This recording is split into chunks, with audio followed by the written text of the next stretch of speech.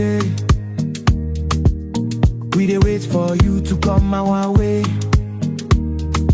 Simon Ekpa, you dey fight like lion, keeping Biafra safe from Zion.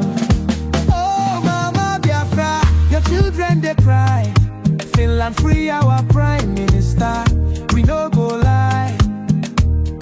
Our enemy they try to annihilate. Free am now before it's too late. Freedom no be small something. Now waiting we dey demand without fronting. Biafra land we want them strong. We Simon Ekpa, we go march along. From the east to the west we dey shout, Mama Biafra, yeah, I'll call no doubt. Enemies close, but we stand up tall. Together we rise, we no go follow. Oh Mama Biafra, your children they cry. Finland free our prime minister, we no go lie. Our enemy they try to annihilate. Freedom now before it's too late. In unity we go they strive. Fight for freedom, we go alive. With courage and strength we they fight. Mama Biafra, our guiding light.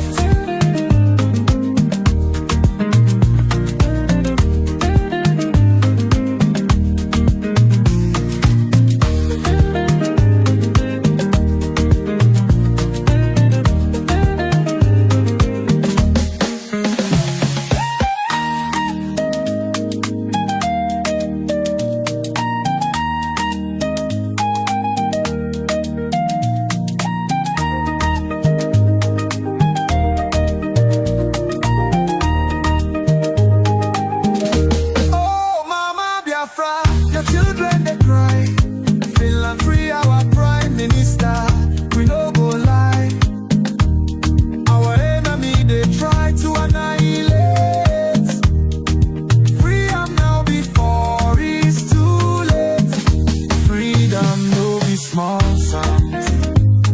Now waiting we dey demand without fronting. Biafra land we want them strong.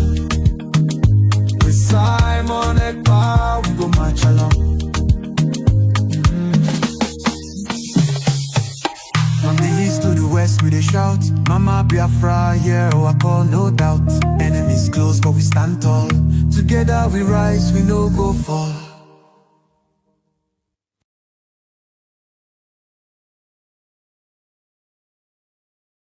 Biafra, Biafra, my right to educate, my right. They done this from this now to terrorism.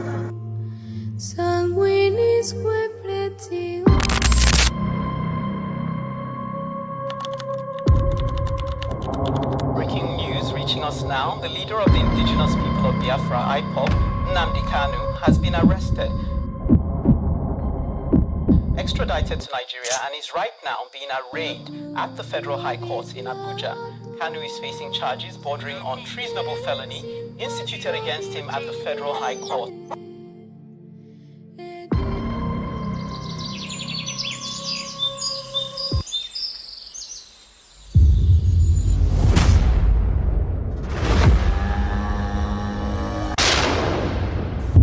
It was an unjust war.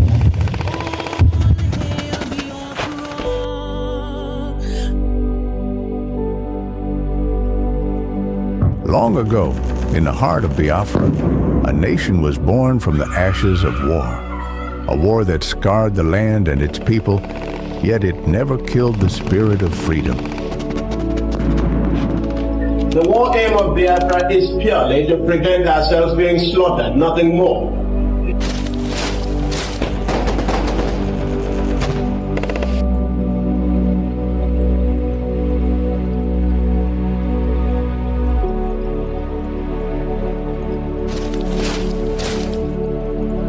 It was in this land, scarred by conflict, that Nnamdi Kanu was born, a son destined to revive the dream of independence for Biafra.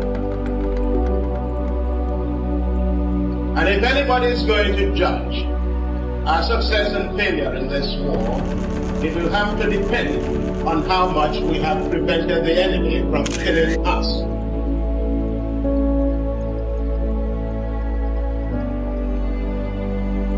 Raised with the echoes of his ancestors' struggles, Kanu understood that the wounds of war ran deep in the hearts of his people.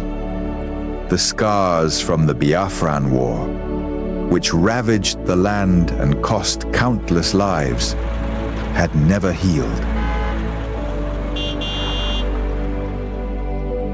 The dream of an independent Biafra, broken but not forgotten, lived on in the hearts of those who survived. It was these voices, these memories, that called him to action.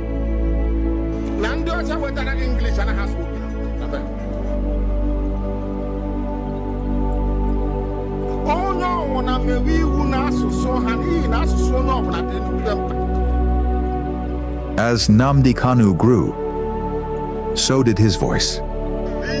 He became a preacher of justice, a messenger for those who were unheard. He spoke not just for his generation, but for all those whose lives were shattered by the war. The pain of the past was alive within him, and his words resonated with the cries of the oppressed. That's why they're detained. Their children have been there for a very long time. Osman Abubakar is in detention. Muhtar Umar is in detention. And DSS, they don't want to bring them to court. The families are here. Ibrahim Yahya is there as well. I was with them. Musa Kalamo is also there. Belief is also there. But as Kanu's message spread, so did the fear of the establishment. His calls for self-determination grew louder, shaking the very foundations of the government. They feared the revival of a Biafran spirit, one that could awaken the wounds of the past and ignite a new conflict. And so, they moved against him.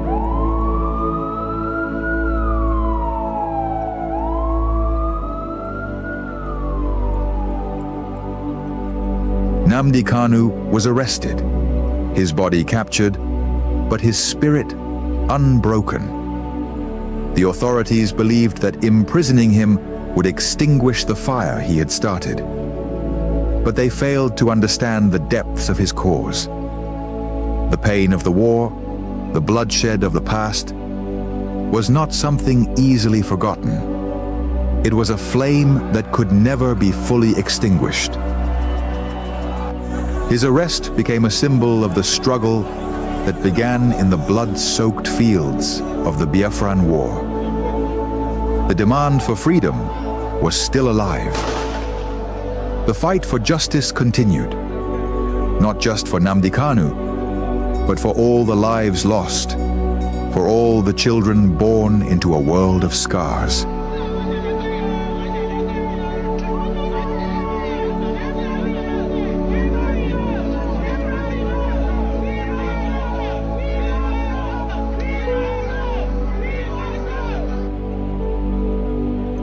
The fight for Biafra is not just his fight. It is the fight of all those who have ever dreamed of a free land. And though the past may haunt the present, the future is still unwritten. As long as the story of Nnamdi Kanu is told, as long as the voices of his people rise, the dream of Biafra lives on.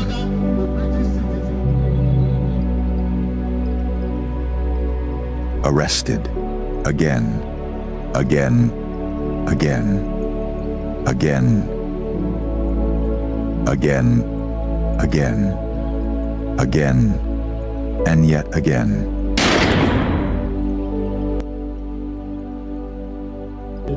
I agitate for Biafra. I agitate for Biafra, my right to agitate, my right. They turned it from this level felony now to terrorism.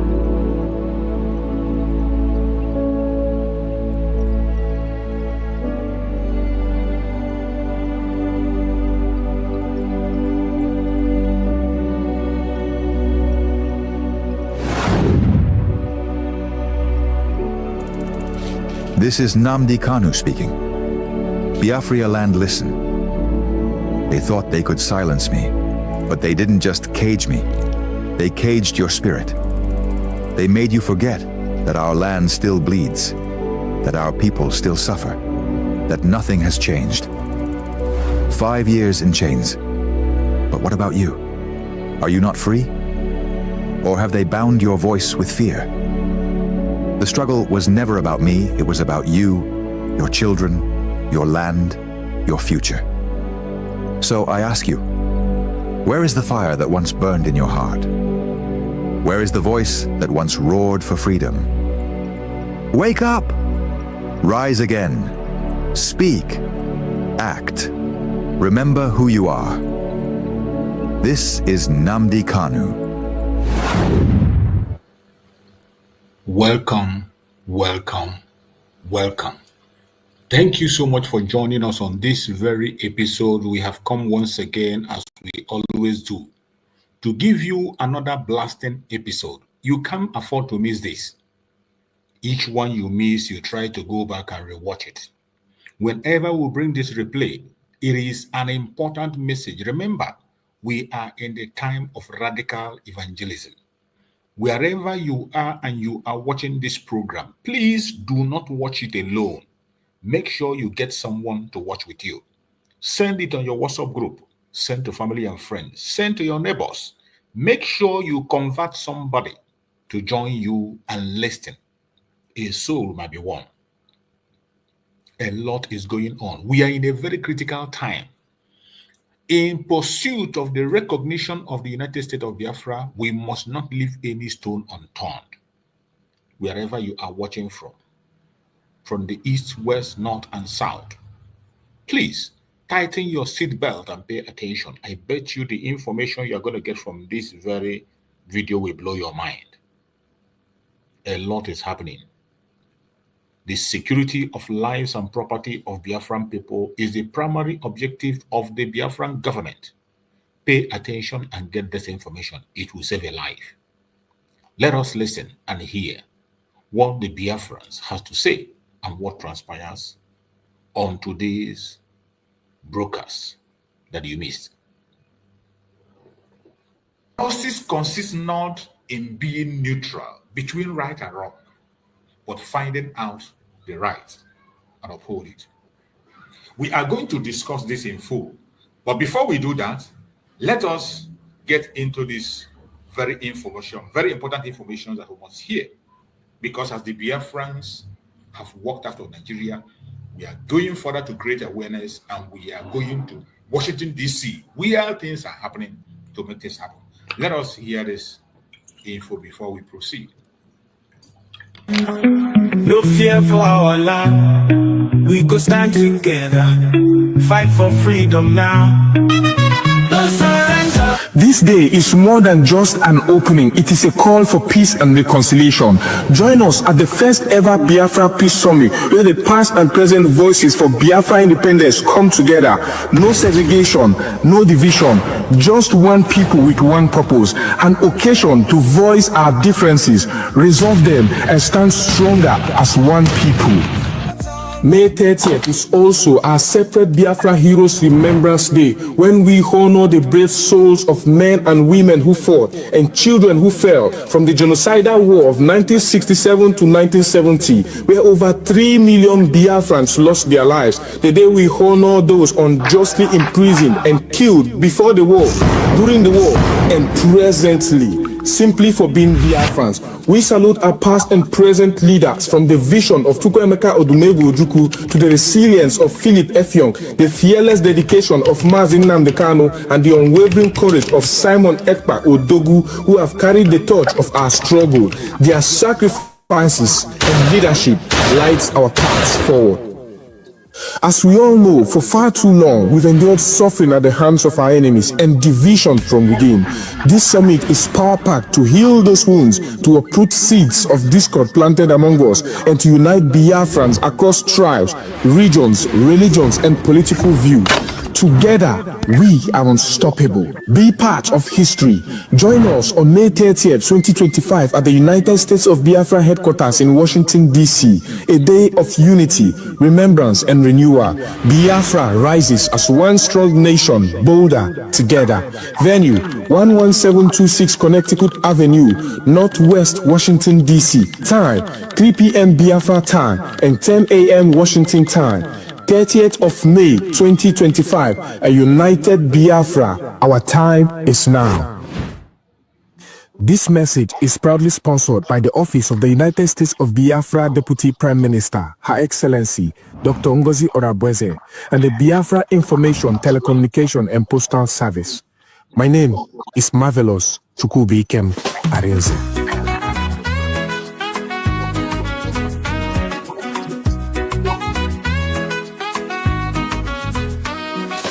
Face many things, we don't fall. Them took a Nnamdi Kanu, but we stand tall. Simon Ekpa, them country still they strong. We go rise higher, no place for wrong. We not go fall, we go stand.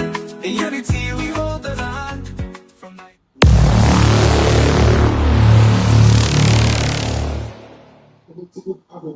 Northwest Washington, D.C.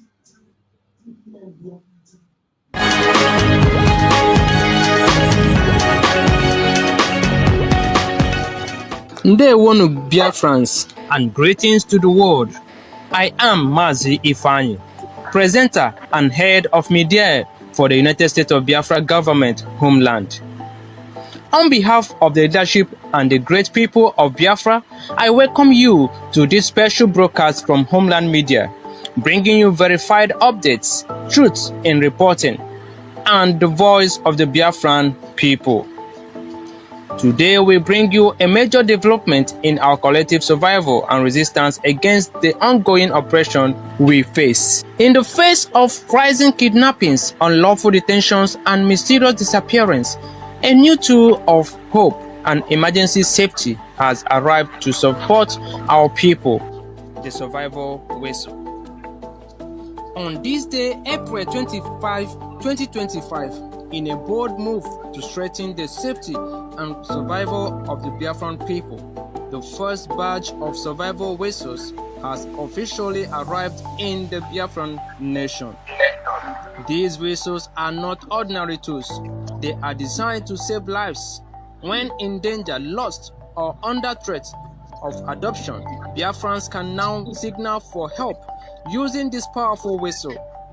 Its piercing sound travels farther than the human voice, making it effective even in remote areas or in the middle of the night.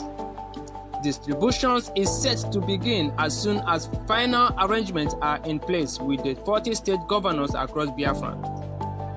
Homeland officials assured that no region will be left behind in this operation. This initiative comes in response to disturbing reports of night raid, illegal detention, and disappearance targeting innocent Biafrans by Nigerian security operatives. The Nigerian DSS alone is said to be holding over 100,000 Biafrans without trial. Many are missing, presumed dead, or never heard from again. The survival whistle will serve as a new weapon in the defense of life, a way for citizens to cry out and be heard during emergencies. The people of Biafra have welcomed this move with open arms, expressing gratitude to the government of the United States of Biafra. Do stay with us, the news continues in a moment.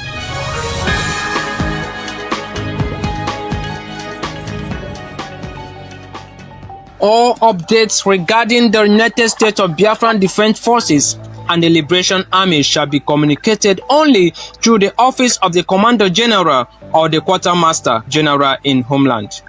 This is to ensure the integrity and safety of all operations.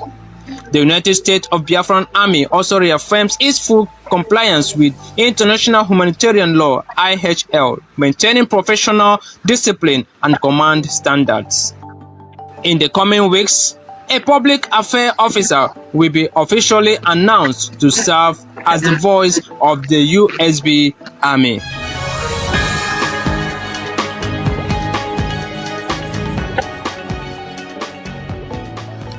My fellow Biafrans, today we do not just report news, we report history in the making. The survival whistle may be small in size, but it is mighty in purpose. It is a sound of resistance. It is a call for unity. And above all, it is proof that no Biafran is alone. From Homeland Media, this has been your weekly update. I am Mazi Ifani, head of media for the United States of Biafran government, Homeland. Continue to stand strong, stay alert, and be your brother's keeper. The dawn of freedom is near.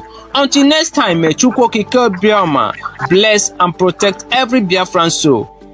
God bless you.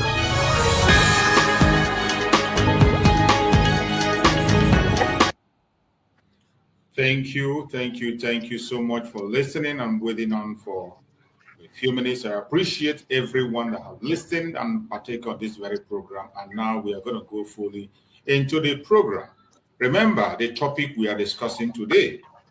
At the end of the day, like expanded to other levels. The topic says justice consists not in being neutral between right and wrong, but finding out the right.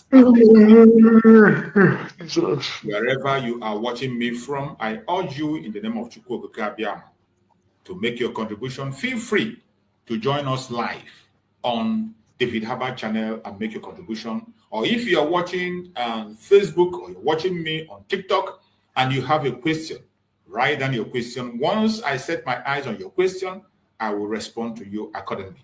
But it will be much better if you can come on David Herbert channel and then present your matter. If you have a superior argument, I bet you are welcome. And we are going to permit you to dig it out and let the world be the judge. Now I'm going to bring in my beloved brother Greg. You're already here. My brother Greg, I will hand you over the mic to give us your introductory speech while we kick off the program. Go ahead, my brother Greg. Yeah, good morning, Mazi. Peace. Good morning, Biafrans.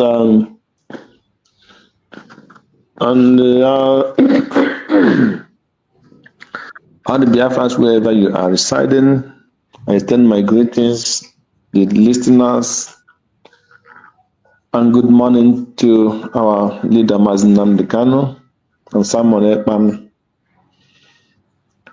Wherever they are, we pray that our God will keep them and sustain them and strengthen them spiritually, physically, and the God of our land, the angels that guide all the Biafra land and the Igbo land will be on their protection, and the same angel will fight our battle. And we extend our prayers to Dr. Ngozarareze for protection and wisdom, that God will guide her and the cabinet in this very hard season, that God will lead them to make all the best decisions and bless any decision they made that will bring fruit. We pray also to our Biafra armies, especially those ones that have put bounties on their heads, those ones that are looking for life or death, that God will hide them and protect them and shield them with his armor. And they will live to see victory in Biafra land, and victory shall be the land of Biafra.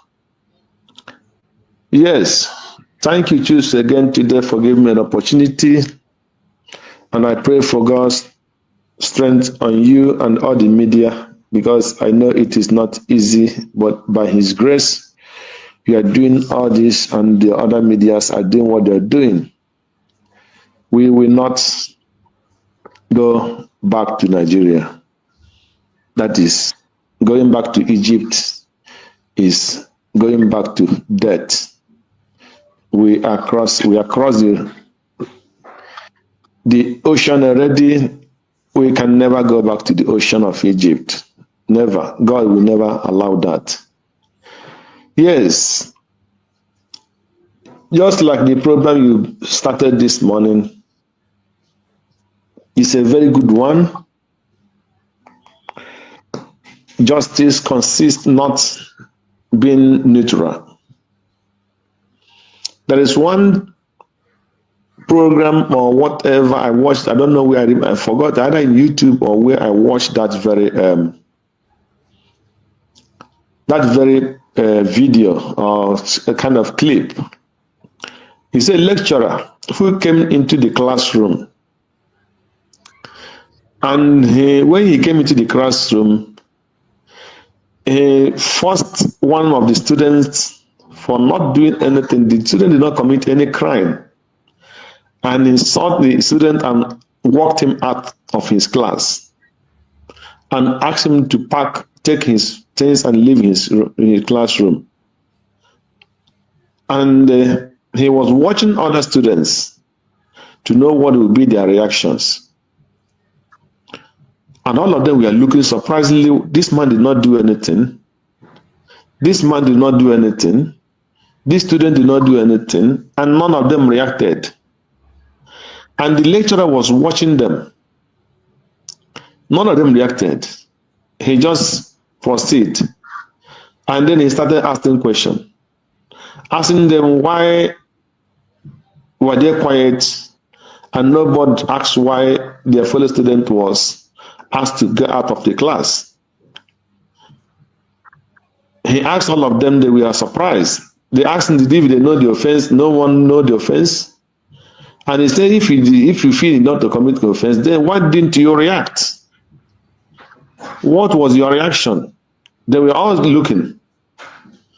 So I just cut the whole story short. He just told them, you all were quiet.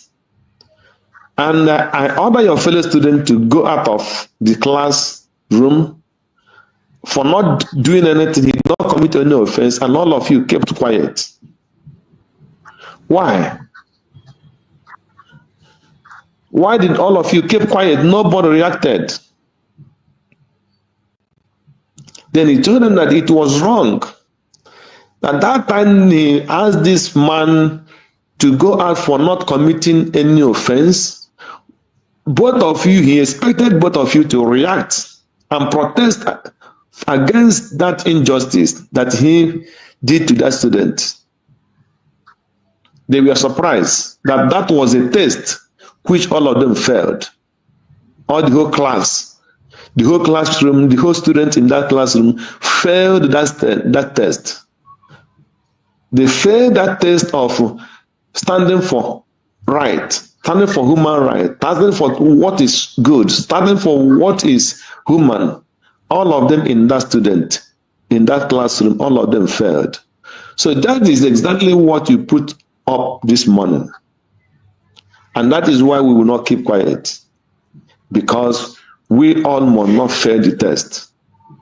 Because of our selfish interest. Because those students didn't want to offend the lecturer. They only want to they are only after themselves. They want to get the lecture from the man and take the exam and pass. What the other students might be going through or whatever, the injustice against that other student was not their business, even though they know that it was injustice. But all of them kept quiet. And then they failed that exam from that lecturer. So when we keep quiet, we fail the same exam, just like those students in that classroom. And that is why we will not keep quiet. We must rise and fight for that thing that we know that is injustice. We must rise and fight for those things that we know that are not right. We must rise and fight for those things that are doing to our brothers and sisters back home. No matter how you do it, there is no style to fight for freedom. There is no style for when somebody is oppressing you. So when somebody is marching on your head, or when somebody is beating you, trying to kill you, there is no style for you to defend yourself. There is no style for you to say, no, I will not take it again. There is no style for you to make sure that you avoid those type of inhuman against you. There is no system. There is no style. And when somebody come and tell you, wait, and when somebody is marching on your head, when somebody come and tell you that there is when somebody march into your house and they want to kill you or start killing your children, when somebody tell you, when somebody enter into your family and was killing everybody, and somebody come out and tell you quiet, no, that person is evil, that person is demon, that person can never be accepted in any society. He is an evil person or an evil spirit, because it is only evil person we see that somebody is being marched, killed, and treated with inhuman, and he will tell you keep quiet. When he see you suffering, when he see you being humiliated, and they will tell you, no, keep quiet. Our person telling you is an evil man. And that person, you must be very, very far away from him. Never have anything to do with such a person. So my this thing to this very topic today, there is something that I watched this morning that you go 247 post in the X. Is about the senators from the Southeast. The senators from the Southeast, all of them rejected the release of Mazi Nnamdi, and they said there were 14 senators from the Southeast. That 14 senators rejected, go against the release of Mazi Nnamdi, and they promoted the exaltation of return of repatriation of Simon Ekpa to come to Nigeria and face justice, as they say it.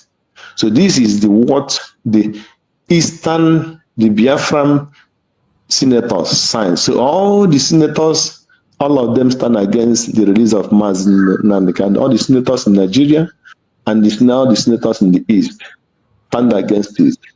These are the people telling you because these are the senators who are marching upon their people. They march upon their families. They stand against their families because they are the one killing you. I will continue saying it. Our problem is not the Fulanis in the first place. Our problem are all these evil brothers and sisters who are using the opportunity they have from every angle to attack and to kill their people. They are our problems. So when all these senators tell other senators that they don't want Nnamdi to be released, and they want Simon Ekpa to be repatriated to Nigeria to face justice, headed by Izunazo, that's the name, Izunazo, headed by Izunazo. What does that signal to the Biafrans? Which signal did he get from the Imo state where he's coming from? Tell me the bill that this man Izunazo has passed that help any common community where he come from. Tell me what Izunazo has passed as a senator in Nigeria, in the federal Nigeria, where he represents people. I don't know where he came from. Tell me what law that man have brought that to help a beggar, a mad person, a beggar, a homeless, and the people that are in the hospital that doesn't have someone to pay for them, people that are homeless from his community. Tell me the bill that Izunazo has passed that will help those women that are pregnant and nobody can help them. Those ones that cannot eat 3 times or 2 times or even once in a day. Tell me the bill that Izunazo has passed for his community, for those people that they destroyed their businesses during the time of election, this last election that brought them in power, even the ones in Lagos. Tell me the bill that Izunazo and his 14 people have passed in that will help any community in Igbo or in any Biafra land. tell me one bill that these people have passed. The only bill that they fought for is to make sure that the Nnamdi is not released. The bill they fought for is to make sure that Simon Ekpa will be deported to, because he's fighting for the freedom of his people. And that is why we will not keep quiet. Any person at this level that is still afraid of death concerning Biafra, that person might think otherwise. Because these people are evil. So tell me one bill that is not have passed, that helped to any common man in Igbo land, in Biafra land. Not even one. Not even one. So that to show you that any person, no matter the level where you are, especially those ones who agree that they are fighting for Biafra, and you are in this struggle saying you are fighting for Biafra, and you are using only propaganda to fight for Biafra, then that angel that God deposit for Igbo people, for the Biafrans, will not let you to enter that, because anytime you try to enter that place, that angel will strike you. With the point that our people don't understand is when they will be calling Ada Ajala, Ada this, Ada that, and Ada Ajala, or this or this, or the Moala. That Moala is a God, is the angel that God deposits in every land He created. Every ocean, every stream, that is power that God deposited in those things, that is angel that guide those places. And when you come in that land and you are coming doing all those efforts, those angels will pursue you to the level that He will strike you. So that is what they must understand. So these people must understand that those things, those ones that have been assigned to guide those land, especially those who come into that land to do evil, they will not go scot-free, because the command has been given to them. And the people of the land is crying every day for that angel to act. So any man or woman who is in this struggle and his only duty is to propagate lies, like those ones, immediately when they start fighting against, when they were fighting, the Biafra army were fighting against the so terrorists, and somebody channeled it to Dr. thinking that you want to destroy Dr. You are not destroying Dr. You are destroying yourself. But that day will come when you will understand it, that those evil you are doing, thinking that you are doing it to anybody, you are destroying yourself. So that is one thing they don't understand. So it will be better for somebody to keep quiet than you return curse to you and to your generation in the name of you are fighting for Biafra, when you know within your mind that what you are doing is only evil and against your fellow person, especially those ones that you or both of you agree that we are from the same family called Biafra. So the earlier people try to understand what they are doing, the better for them. So I will pray for any person to stand up honestly in the truth way, if you indeed want to stand up to fight for that thing they are doing against your fellow classmate, and which you know that is injustice. If you want to stand like Simon Ekpa. Simon Ekpa stand and swore, if my coming to fight for this Biafra is real, anything you do against me will go back to you. But if I have come in fashion or pretense to fight for Biafra, or have any evil against any Igbo person, any Biafran in this, let those things you go and do come back to him. And because he took this oath, the same man can take the same oath. And if you are coming, you think that those things will not work, they will definitely work. So don't think if it have not catch you today, when it will catch you, it will catch you, and you will not have any escape. Neither will any of your family have escape. That is my little message for this moment until we proceed. Thank you. Thank you so much, my beloved brother Greg. I appreciate you for that contribution. You have spoken well. Let's go to our brother Maxwell. Bro Max, go ahead and speak to us. Let's hear you. Good morning, Mazi Chicks. Good morning to Nnamdi. Those in the comment section, those that are listening to us, my brothers and sisters in the homeland and in the diaspora. I salute each and every one of you. I salute your courage. I salute your resilience in doing what is right in the sight of man and in the sight of God. I use this opportunity to also salute Mazi Kanu when it seems that those that are supposed to stand for him, who have already been compromised, are today standing against him. I don't need to be shocked.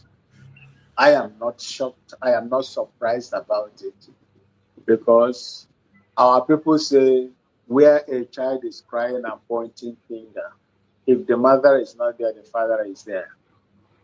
I have been shouting about this. Each and every one of us has been talking about this.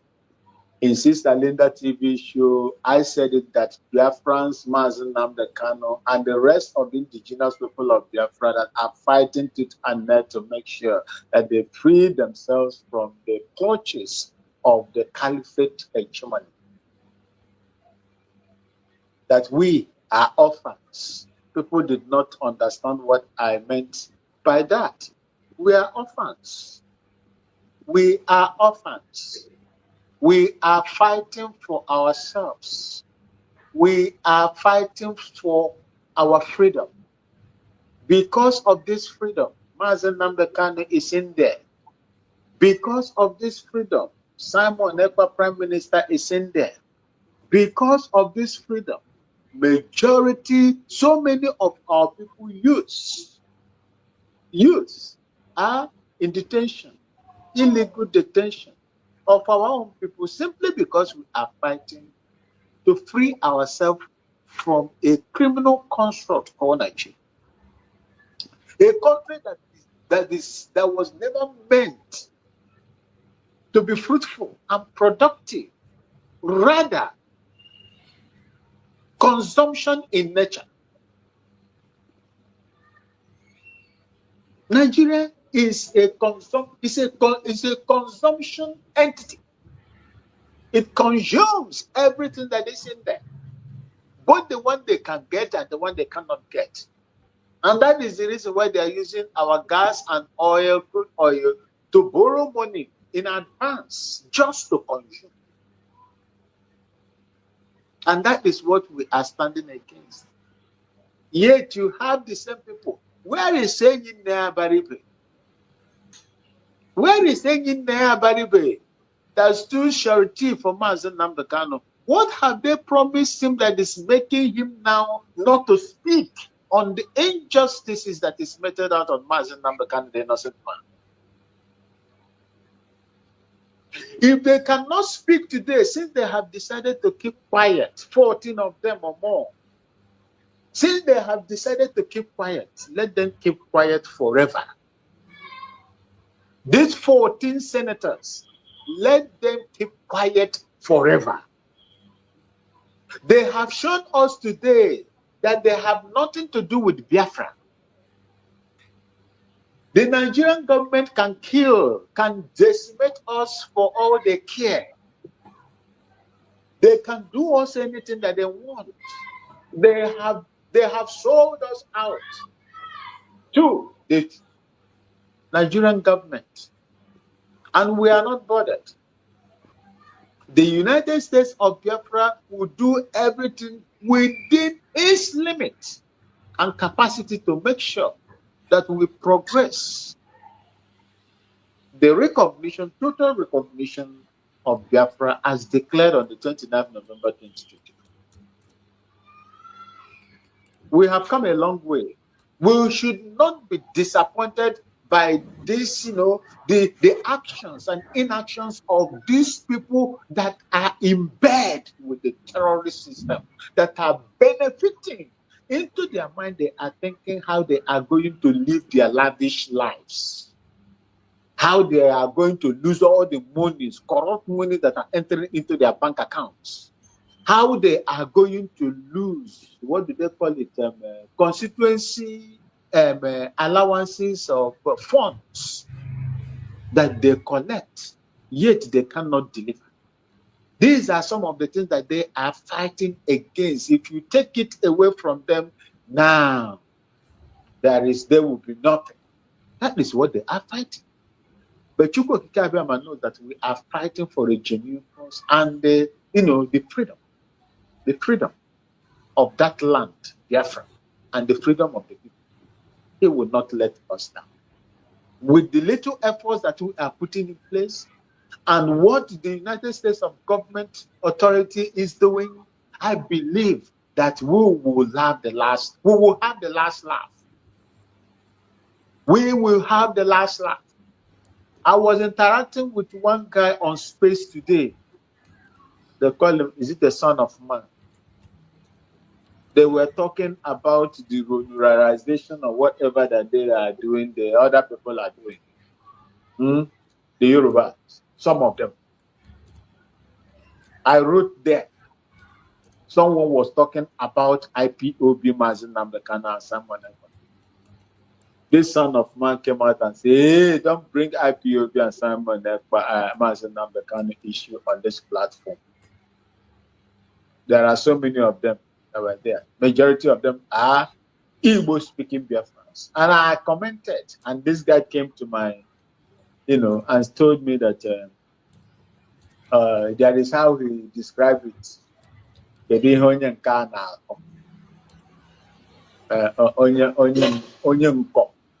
Now, Bamsna was slangs for mad people. Now I told him, I said, look, I replied to him, I said, look, you cannot run away from your shoulder. You see, Biafra, as long as you are an Igbo man, as long as you are in, you can never run away from being called Biafra from those that we are fighting. No matter how you try to wash yourself off, you can never.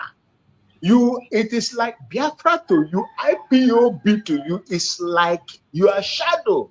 You can't run away from it. If you like, Ijele, what was Ijele Udele or Ijele was doing? Is he not a Biafran?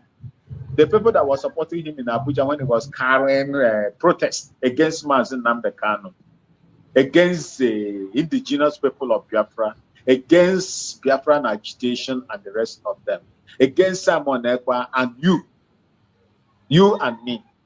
What happened? Who were the people that were supporting him? Today, where are they? They have abandoned him and let them go. He is there suffering alone because those that he was criticizing that are supposed to come out today to stand for him were the same people that he criticized. Then why will I summon the courage to go and stand for him? I would prefer that he suffer, pay the consequences for going on AIT denigrating Biafrans. And they were clapping for him. Then I told him, I said, you, no matter what you do, you are a Biafran in the eyes of the Caliphate North. It is your shadow, you cannot run away from it. And the earlier these people understand this thing, the better for them. You try to wash yourself of IPOB, Biafran. You are Igbo. I am not IPOB. I am not a Biafran. It's just like Olise going to this. I am from a small village in Obabo. My name is Sunday Okechukwu or Ikechukwu Olise. I am not Igbo. No be juju be that. I am not Igbo. It's the same thing these people are doing. We have these people right across Biafra land acting as if it will be their business. The day it will happen, it will be their business. How I wish that these people will be touched, by the same people that they are trying to please. How I wish they will go for them to show them that, yes, that thing you are running away from, we know you are part of them. They showed it to P2B, yet they will not. They called P2B, no matter how you try to wash yourself off of, he said you are IPOB. Maybe that is the reason why P2B hated IPOB the way, hates IPOB the way, he does. We must continue with what we're doing. We cannot, because these 14 people that we thought that will come and stand for our people have shown their interest on going against the release of Mazi Nnamdi Kanu. Then we stop doing what we are doing. No, we must continue to do what we are doing.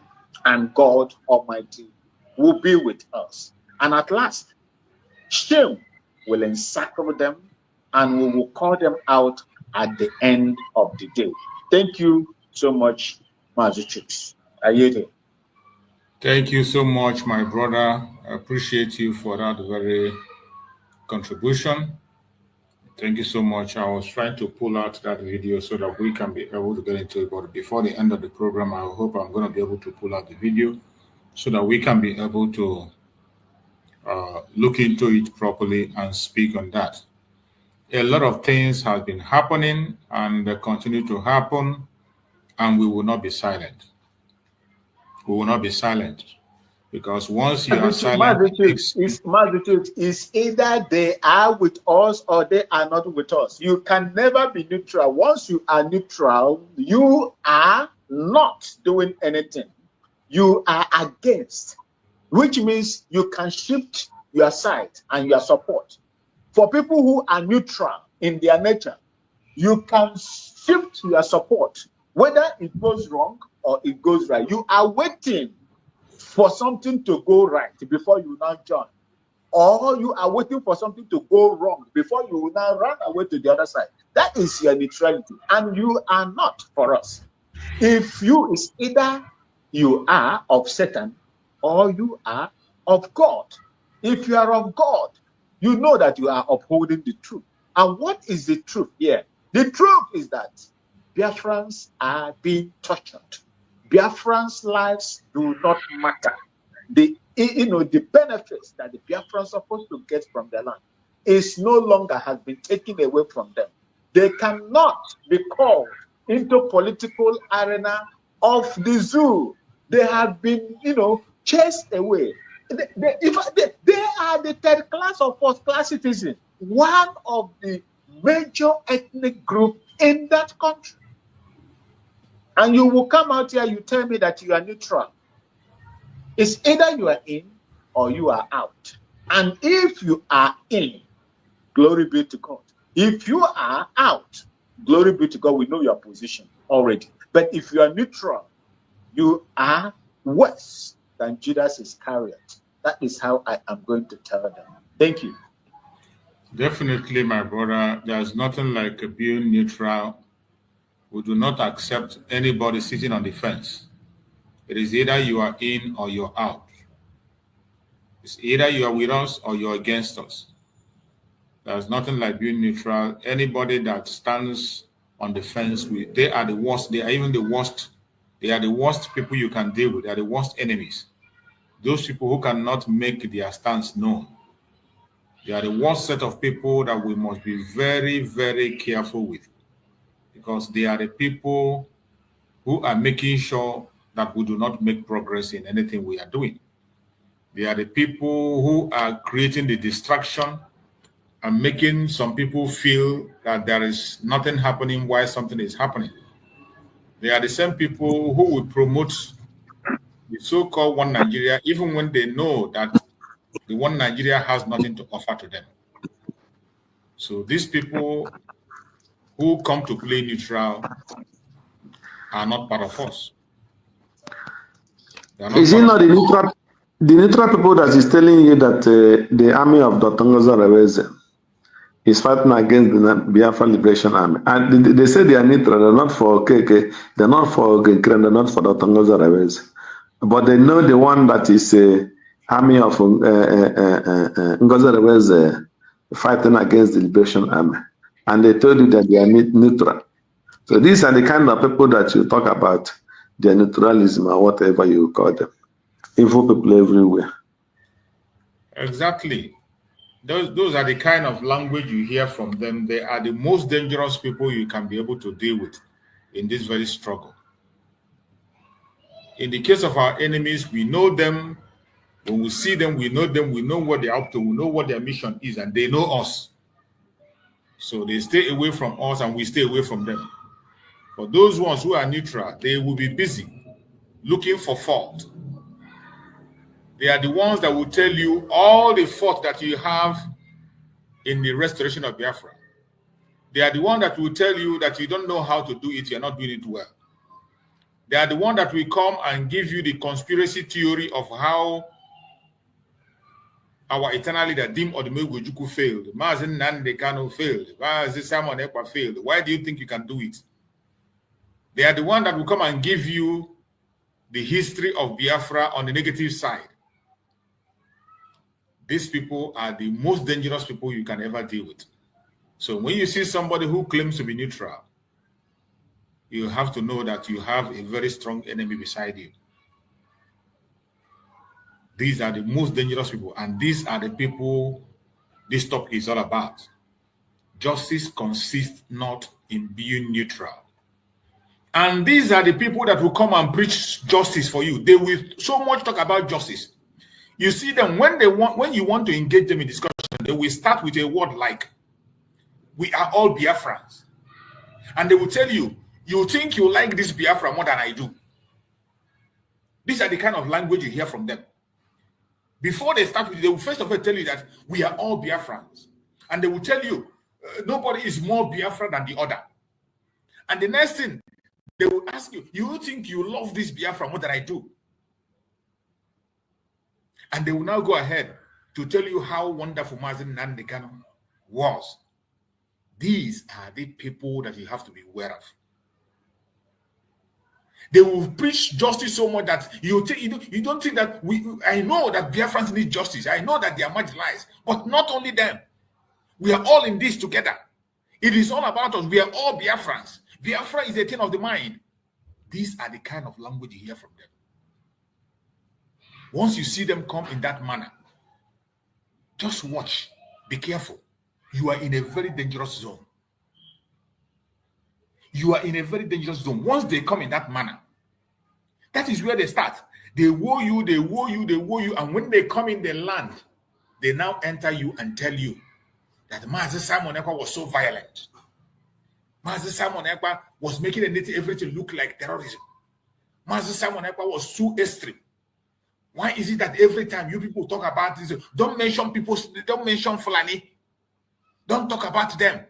This thing is facing everybody.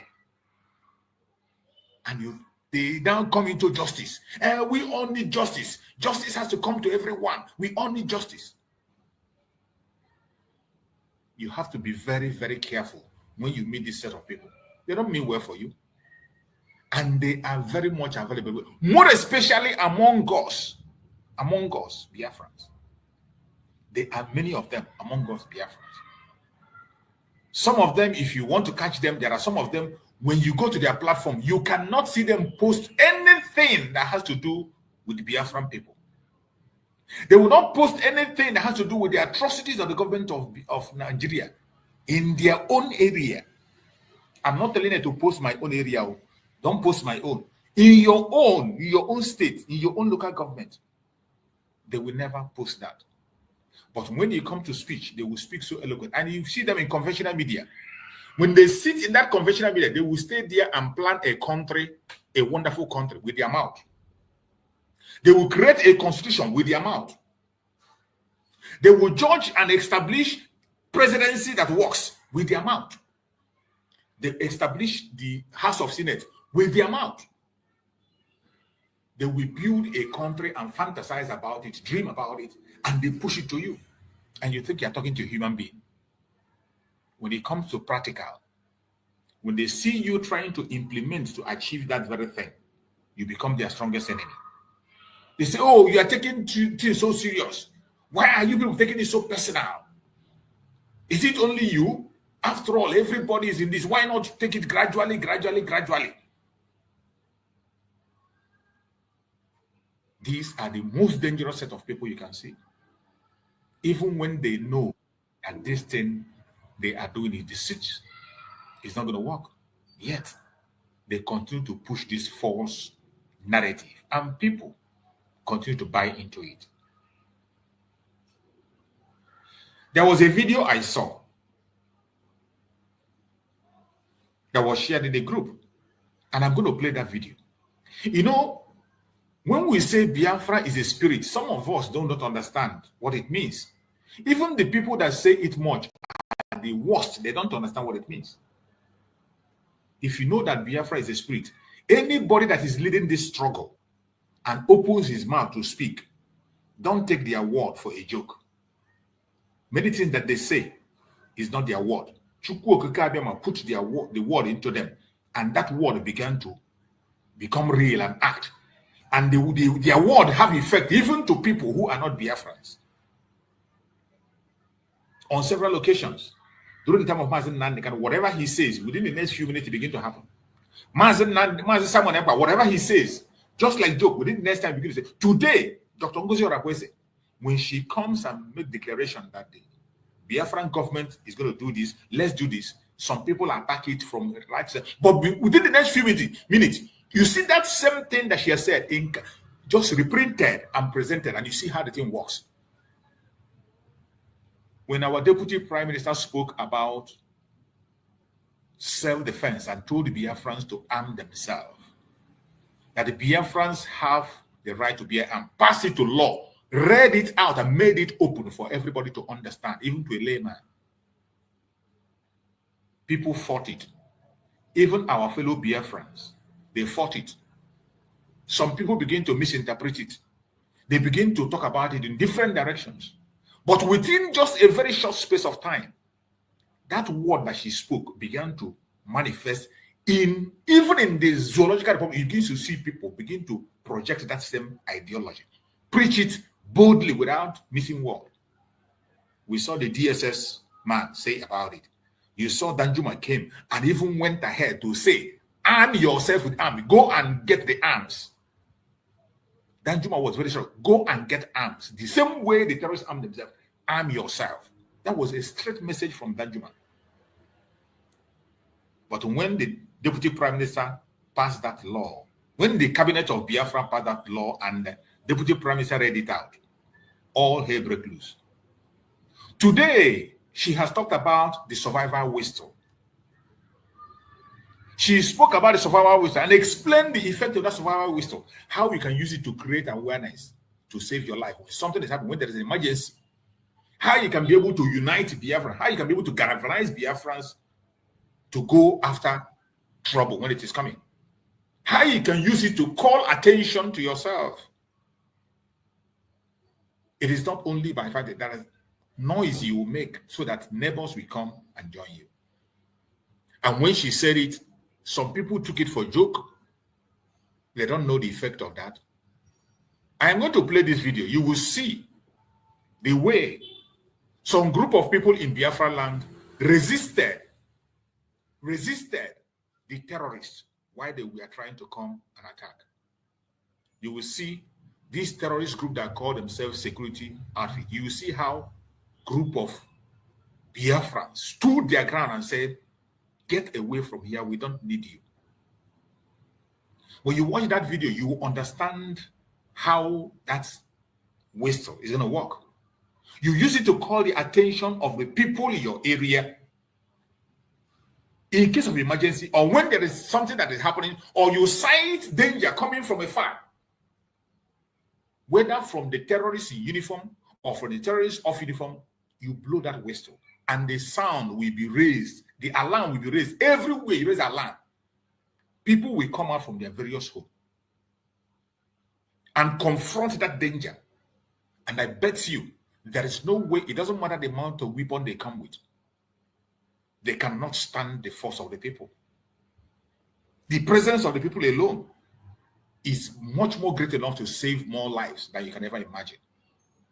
And before my brother Mark speak, let me play that video. It's a very short video. Let me just play that video, and then we will go on to discuss.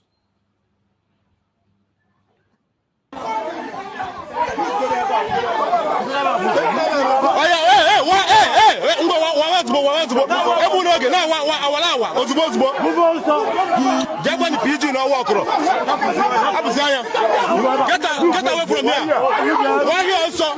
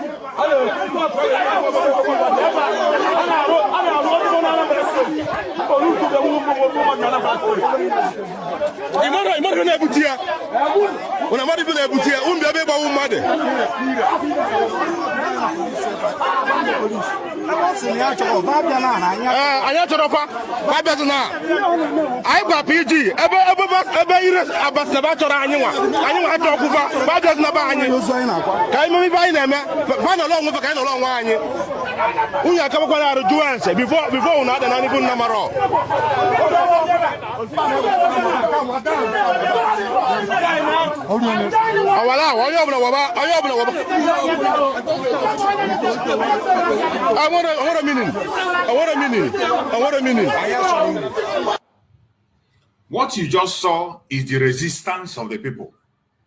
If it were to be one person or two here, I bet you this security outfit that came here will take them away, and before you know it, somebody will lose his life. But you can see how the young men came out in mass and they resisted. They sent them out and they had nothing. Even with their gun, they could not make any move. They couldn't say anything and they couldn't shoot their guns. They told them to get away from the area. The only way you can galvanize this power and this pressure is by you notifying people around. Some emergency attack can come at any time. You wouldn't have the time to make your call or whatever. Just blow that whistle. Your neighbor here is, and your neighbor raise his own alarm. The next person raises the own alarm. Before you know it, the alarm will be raising everywhere. And I bet you the road will be blocked. And they will not have to take people to disappear our people anymore. Many Biafrans have disappeared. They take them away and they harvest their organs and you never hear about it again. They take some of them away, they lock them away in the north. So many people are missing. Amnesty International gave account of number of people that are missing in Biafra land. And they said that more are going to be missing. The only way we can stop it is with the power of the people. Just as you see what people are doing here. And while you are doing this, it does not stop the Liberation Army of Biafra to be in position and to know where things are going on. And I bet you, the Liberation Army of Biafra will take a proper action to send them to where they are supposed to be. But before they appear, this is what is required of every Biafran. You can see the effect of what that survival whistle can do. Go ahead, my beloved brother Max. Let's hear you. You see, when I heard of this survival whistle self-defense, I think we discussed about it here the other time.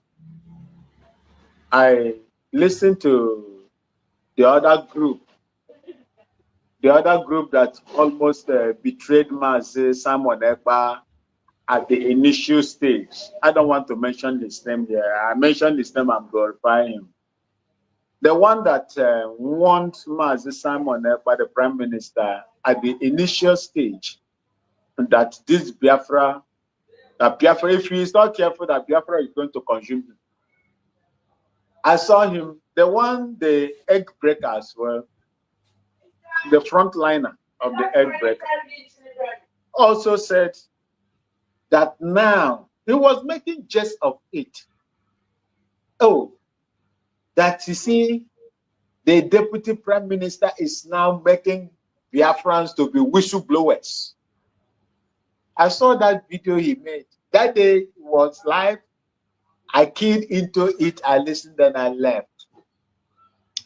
See, in the military, one of your personal equipment is a whistle. In the military, it's whistle.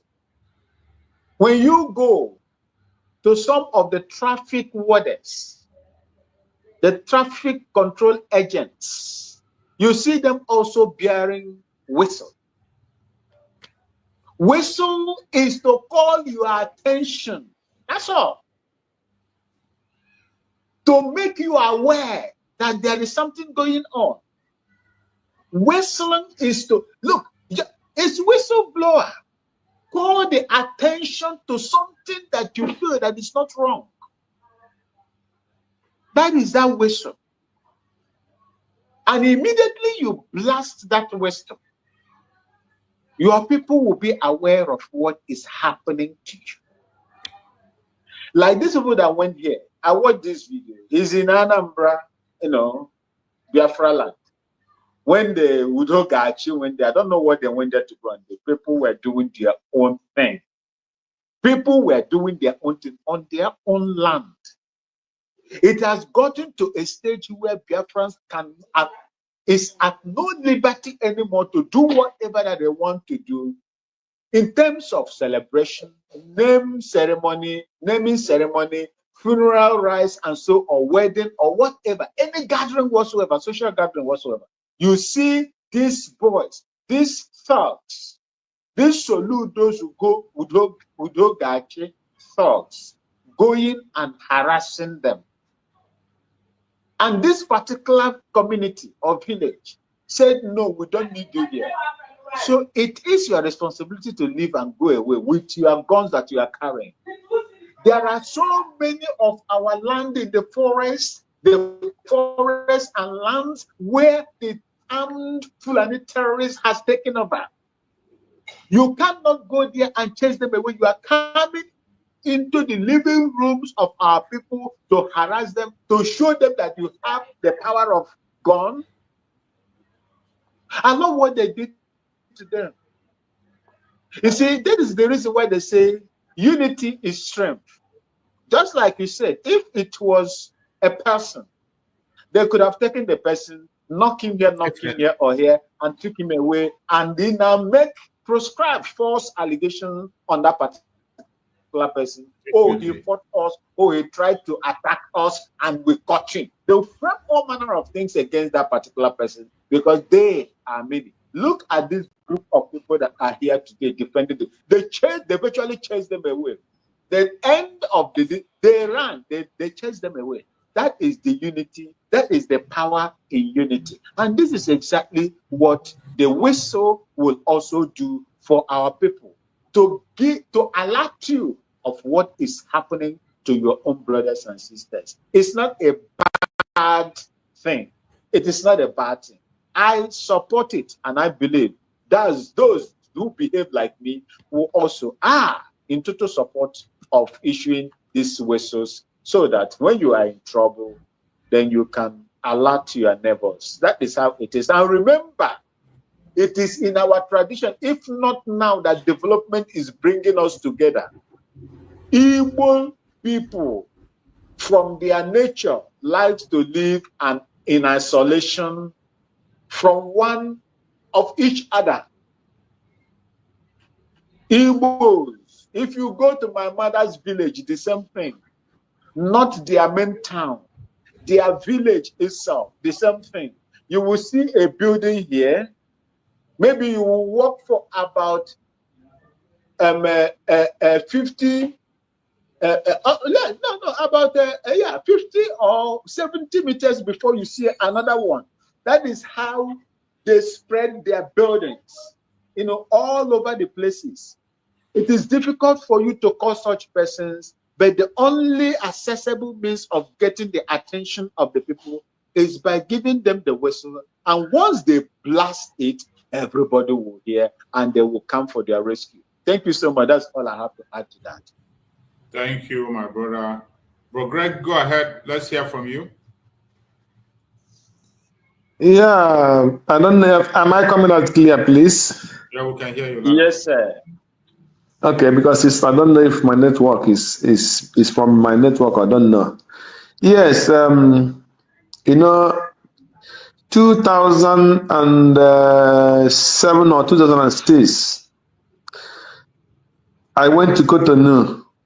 That is my first time when I witnessed this whistle. Am I coming out, please? It's like network is break. I don't know if it's from my own. Yeah, we can hear you. The first time I witnessed this waste from the Cotonou police, that should be around 2006 in Cotonou. I went to do something in Nigeria. I went to Cotonou. So there's something that happened when their police or the army, I don't know what it is, they stopped us and they stopped us and they blow their whistle.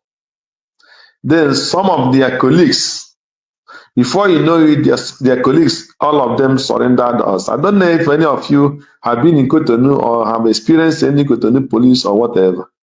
So, if any person that is standing against this idea of this whistle is people that have not gotten any experience of anything.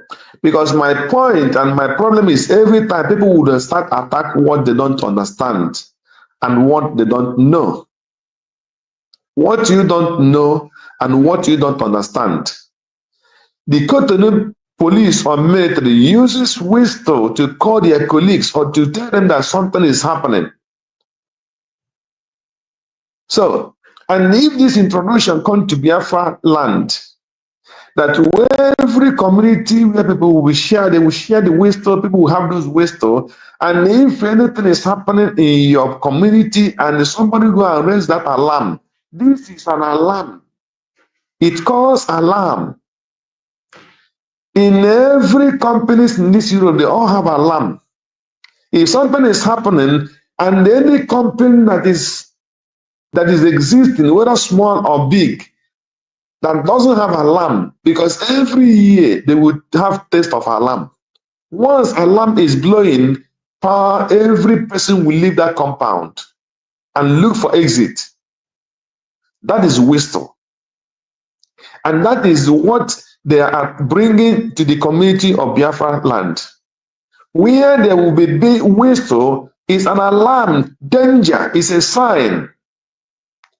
It might not be the person that is direct, might be his neighbor who knows that something is happening and he will blow that whistle. And once he blows it in any community, in any neighborhood, they will know that there is danger, something bad is happening. And every person will be an alert, and to look where is that thing coming from, what is happening in this my community. We want to know what is going on, what is happening to this family, what is happening to these people, what is happening on this street. That is a notification of what is coming up. There is an alarm shows that danger or whatever is within the area. So any person that is attacking it, that person is evil. Because people don't understand. They attack what they don't understand and what they don't know. So this introduction of this whistle in every street, in every community where people will have it, when they sense danger, you blow that whistle, your neighbor will know, where did I blow that whistle? They will start looking around, what is going on? And when the criminal that came there to act know that someone has blown a whistle, he will know there is a danger for him in that particular place. He will leave. He will leave because he will know, oh, people is aware that something is happening here. That neighbors will be peeping to see what is happening. There are going to be a witness. When people start attacking what don't understand, that shows the level of wisdom and the level of exposure. So that is what we are suffering. When they introduce what they don't know, and because they don't even have the idea, you want to be a leader, but your brain and your knowledge cannot tell you what you're supposed to be, what as a leader supposed to be doing, but you want to be in position. Tell me all this why they want to be in position. Can you tell me one single idea of what's supposed to be done that they have bring out and bring it to the Biafrans? Not even one. Not even one idea. The only thing will bring money. The men on the ground need money. The men on the ground need money. The men on the ground need money. The men on the ground need money. That is the only weird. And where your vision is, where your vision reach, that is the only way you can act. You cannot go more than your vision. You cannot expand more than your vision in anything you are doing in life. It's not possible. So when you don't have a vision, you cannot lead people. You cannot direct the blind. You cannot lead the blind. That is the perfect truth. So any person that is attacking this idea of to introduce this whistle to every Biafra street and every Biafrans, that they will have this whistle, when anything is happening, the whistle will be blown. They will know who are those people, who sent them, what they have come to do in this community, what is happening, who are the people, what kind of person, what is happening, why do you want to arrest this person, what have he committed? That is the excess of that wisdom. The only thing some of them lack is wisdom, and they have not been to anywhere, they have not gone to any place, they have not experienced anything, and they will be attacking and fighting what they don't understand. So it is a good idea. So any person that is attacking it, that person is blind. There is no other thing to qualify that person than blindness, and he cannot act or go more than beyond, or he cannot go more than his vision. So he can only act within his wisdom and within the vision he have ever experienced, and that is the only thing. So the higher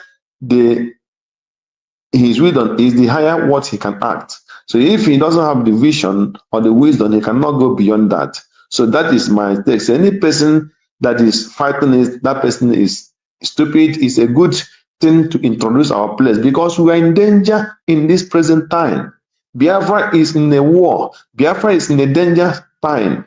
So there must be something that will be produced to our people that will raise their consciousness in time of danger, that everybody will know there is danger and how can we come out of it. It is a good and they should carry it on without looking to all those people, all those full of never do well people who cannot think from their own side, instead somebody think for them. Only where their prime minister reach, that is only where they think they can reach. Biafra That is Nnamdi only where the Kanu has level called on the European Union and the United States. Life. Thank you. Yes.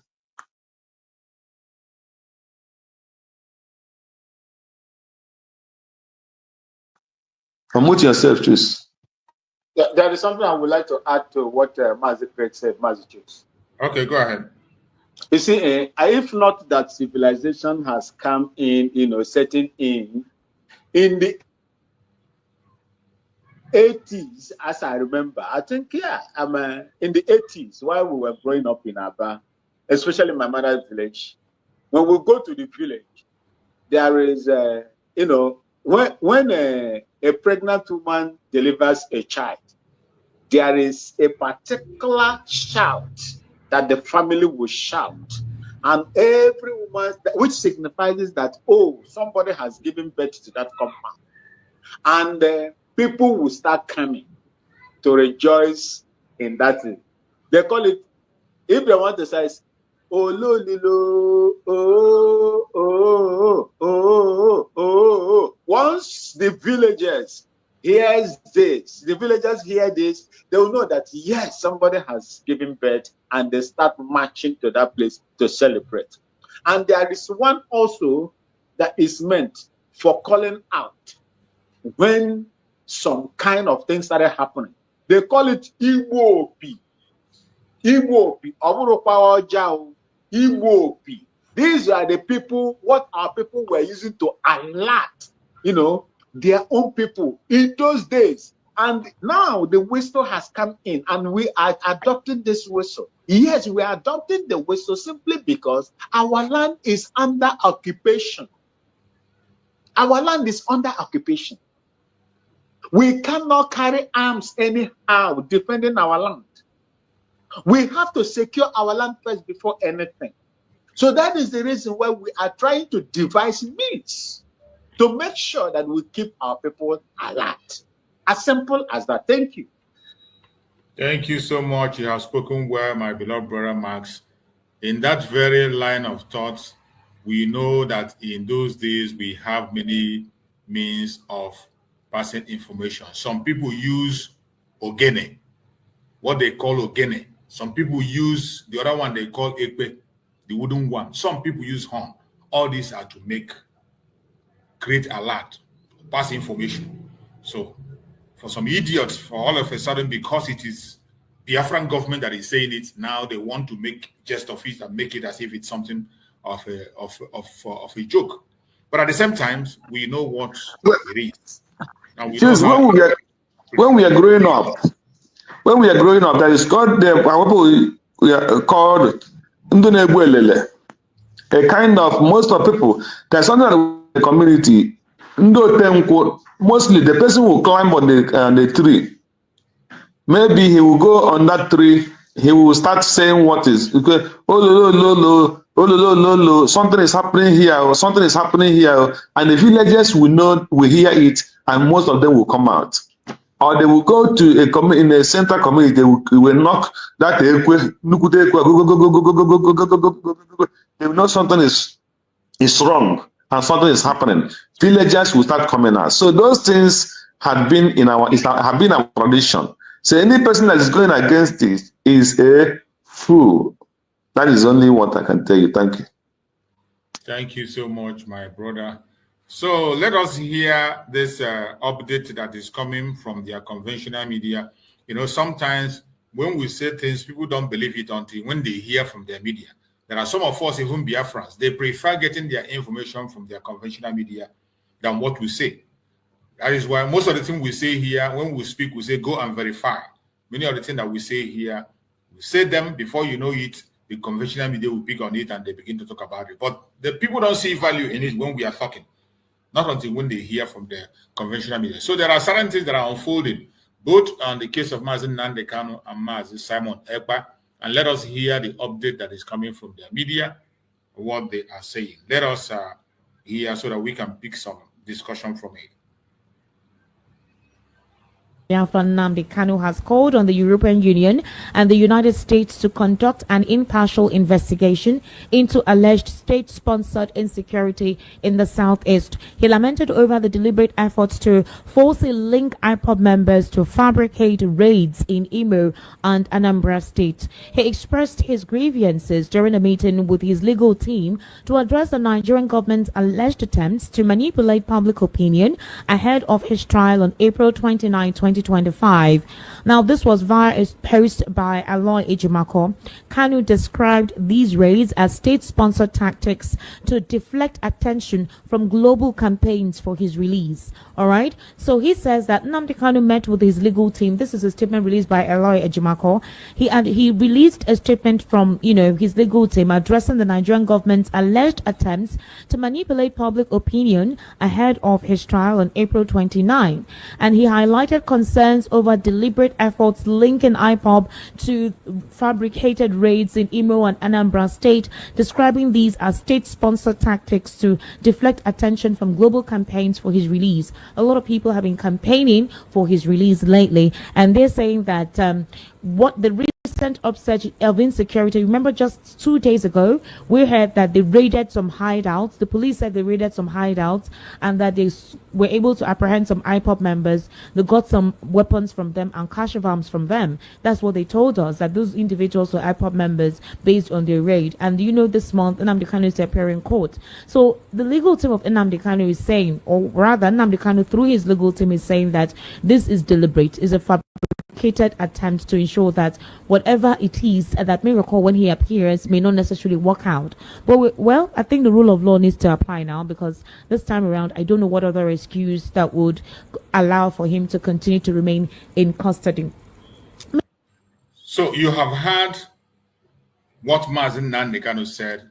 He said through his lawyer, and this is what the Nigerian government have been doing before now. Always organizing a flag of operation to indict Mazi Nnamdi Kanu. While Mazi.Simon Ekpa was around, the propaganda was that it was Mazi.Simon Ekpa that was doing certain things, that anytime Mazi Nnamdi Kanu is going to court, that Mazi.Simon Ekpa will carry out some operations to make sure that he's been indicted. But today, you can hear Mazi Nnamdi Kanu by his own self speaking about this same matter. just some few days ago, because Mazi Nnamdi Kanu is going to court, either on the, I think on the by next week, he's going to court. They have now started planning their flag of operation. They went and they raided a place and they said that that place is IPOB members. How they conclude to those people to be ESN or IPOB members, I don't know. And we have said it time and time again that there is nothing like ESN anywhere.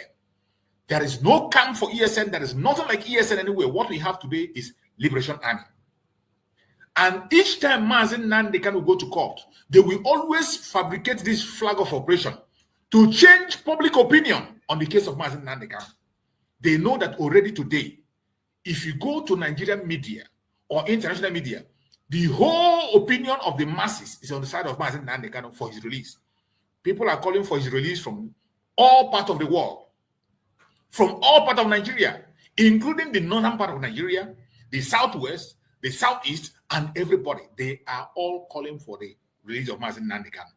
And you see what they do. Whenever he's going to appear on court, they will try to organize a flag of operation to change the narrative, to change the public opinion, so that people will begin to think twice about the release of Mazi Nnamdi Kanu. Just like you see the senators doing their own in the House of Senate. I'm trying to get that video. I've not been able to get it out. I'll play it. You see the senators doing their own in the House of Senate, refusing the release of Mazi Nnamdi Kanu. Why the government itself is planning flag of operation, claiming that those people are IPOB when there are no evidence to show that they are IPOB. They conclude that they have raided a place, is an IPOB member, and all this is targeted to Mazi Nnamdi Kanu. And our supreme leader Mazi Nnamdi Kanu himself knows. That is why he has issued this statement through his own lawyer. This is the same thing Pm.Simon have been hammering all the time while he was with us. Each time he's going to court, they will do this thing. And during that time, you see the funniest thing that during that time, fellow Biafrans, these IPOB people, these DOS people, they will now channel those flag of operation and say it is Pm.Simon. They have accused Pm.Simon on several occasions that whenever Mazi Nnamdi Kanu is going to court, that Pm.Simon will act something. They have said it on several of their videos. Today, it is Mazi Nnamdi Kanu himself speaking through his own lawyer, saying that the federal government of Nigeria is planning flag of operation to indict him. And they are doing it to change public opinion to be on their side. They didn't start it today. But eventually, all this while, it had been Pm.Simon that was facing this squarely. But today, Pm.Simon is not here. And Mazi Nnamdi Kanu has spoken through his lawyer. And you can see it in their conventional media where they are talking about it. These are the things that have made us to redeclare Biafra and get out of the zoological republic, because that country remains a terrorist country, a terrorist government, until it is disintegrated and people go their separate ways. It is a fact, a verifiable fact. And when we say it, go and verify. It is not a propaganda or blackmail. My brother Maxwell, I want you to speak on this before I continue to play the video. Let's speak on this 2 minutes and then we proceed. Okay. My take on this is this. There is nobody. What our people say that the Igbo people had an adage that says, "Onye mama, amekwa ka oluo nwa nwanyi." The person I know too well and his character will not be allowed to marry my daughter. That is how Nigeria is. Nigeria, when they are looking for excuses or things to tie you with, they don't get the fabricate one. In Liberia, they tried to get at Chancellor. They couldn't get the fabricated one. LPC. In Biafra land, they tried to get something to tie Mazi Nnamdi Kanu and Simon Ekpa to the atrocities that they are fomenting in southeast part of Biafra. They don't get. They write one for themselves. They script. They always script something for themselves. If you remember, there was a time they arrested a young man. They said is IPOB or ESN. After they were interviewing him, their script they wrote for the boy, went wrong. The boy was telling them when he was enlisted into the ESN And at that time, BSM was not was my people. You see, when you are fighting, Nigeria is predictable. You can I remember that video. I remember that video when the guy was confessing when he joined EMSL. And meanwhile, when he joined ESN has never been formed then. You see, Pm.Simon Ekpa came out and analyzed that video. These are evidences to prove to you that whatever that is going on in Biafra land in terms of insecurity, Nigerian government is 80–90% of it. They are. I do not know whether you people have read. I spoke about it in many platforms, including your platform here. Inter-society organization published by Sahara Reporters that 80% of insecurity in Southeast is caused by the government of Nigeria under, by the armed Fulani headers terrorists under the supervision of the Nigerian government. How do you now come and tell me that Biafrans, agitators that are fighting for their own country and their freedom, will come? Even I was in a space when someone who is in abroad was making confession what the brother, an eyewitness, said about the enforcement of sit at home. Enforcement of sit at home. That his brother came out on Monday. Whether he was going to school at Futo, Federal University of Technology, or something like that. A police officer stopped him and collected, is it 30 or 50,000 naira from him, asking him, don't you know that today is sit at home? A police officer, Nigerian police officer. The boy has to give the money to the police officer. Do not give, now then you will see what is going to happen to you. They will tag you a terrorist and send you to a camp. You might not even survive. The brother has to send another money to him. This is what the man said on Space. I was on that platform with that guy. And he is one of those people that were against Mazi Nnamdi. That day, this man vomited, licked his vomit in the past. Yes, he licked his vomit in the past. So how do you want to tell me that these people will suddenly become, saints? They will find anything when they look where there is. They are doing what we call forum shopping. In the legal, they are not, I'm not a lawyer, but I had so many of them interacted with so many lawyers. They are doing what they call forum shopping. They are looking for something just to hold it to Mazi Nnamdi Kanu. This is what is happening. This is what your people have done. But they will fail. Just like they've been failing, they will continue to fail. Or to walk on so there is nothing these people will do in order to, to implicate Mazi Nnamdi Kanu or someone. They were blaming Simon Ekpa of insecurity in Southeast, part of Biafra. When Simon Ekpa was isolated or detained by the Finnish government, who are also dancing to the drum beating by the United Kingdom and their allies that has economic interest in Biafra land. What happened? Has this security stopped? Has this security stopped, Mazi Chooks? For where? Is it not ongoing? Even when Simon Ekpa and Mazi Nnamdi Kanu was there, our forests were not occupied. They chased them out with the security outfit that Mazi Nnamdi Kanu unveiled at that time. What is happening today in Evamufu? What is happening in most of the the villages in Enugu State? What is happening? Is it Simon Ekpa boys? Is it Mazi Nnamdi Kanu boys? Is it who that is doing it now? Who are they going to blame after you've arrested the kingpins according to them?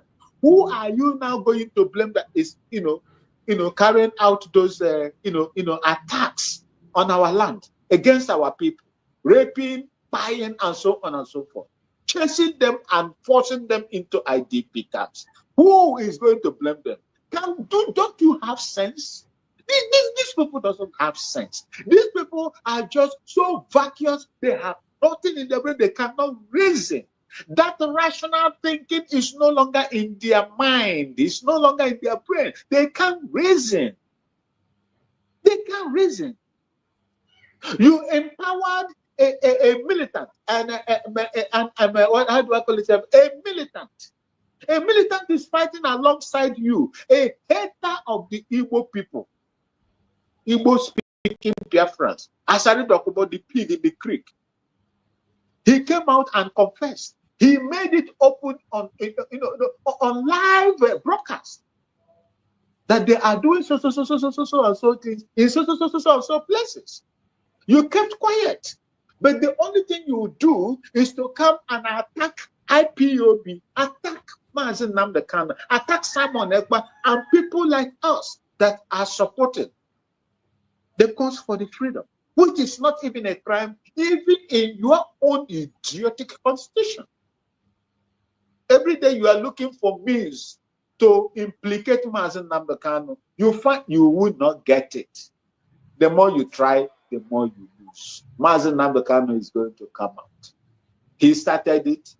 I do not know the spirit that led him, but that same spirit that gave him that yam in the thick forest will also give him the yam, the stick or the stick in the bush to dig it out. That is all I have for now. Thank you. Thank you, my beloved brother Max. Thank you so much. Brother Gerg, take your 2 minutes and speak on this. Yeah, Mazi,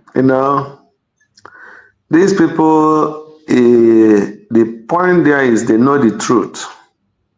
Both the media in Nigeria and every citizen of Nigeria know the truth. So what the Nigerian government is doing is creating a kind of criminal situation to criminalize any person they are dealing anything with. So what they are trying to do is to criminalize Nnamdi, criminalize Simon Ekpa. Any person that is in opposition, they criminalize that person to jail him or to kill him. So I wish that the Aloy Ejimako and the Nnamdi team will follow up this very petition, this very request that Nnamdi made, for them to write to the international community, the Europe, the Asian, the Americans, let them come, let there be private investigation into this very thing that is happening in Nigeria. Because, let me use just only 1 or 2 examples.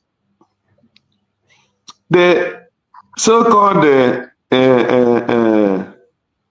Ikenga Imo, during the time of election, when his house was attacked, house burned, cars burned, killed many people, and there was a security camera in that house that caught those people.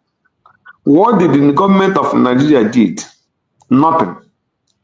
The people that went that operation, the camera showed them vividly. Nothing happens to those people. Who sent those people? Is it Simon Ekpa or is it, what do you call him? Nnamdi Kanu.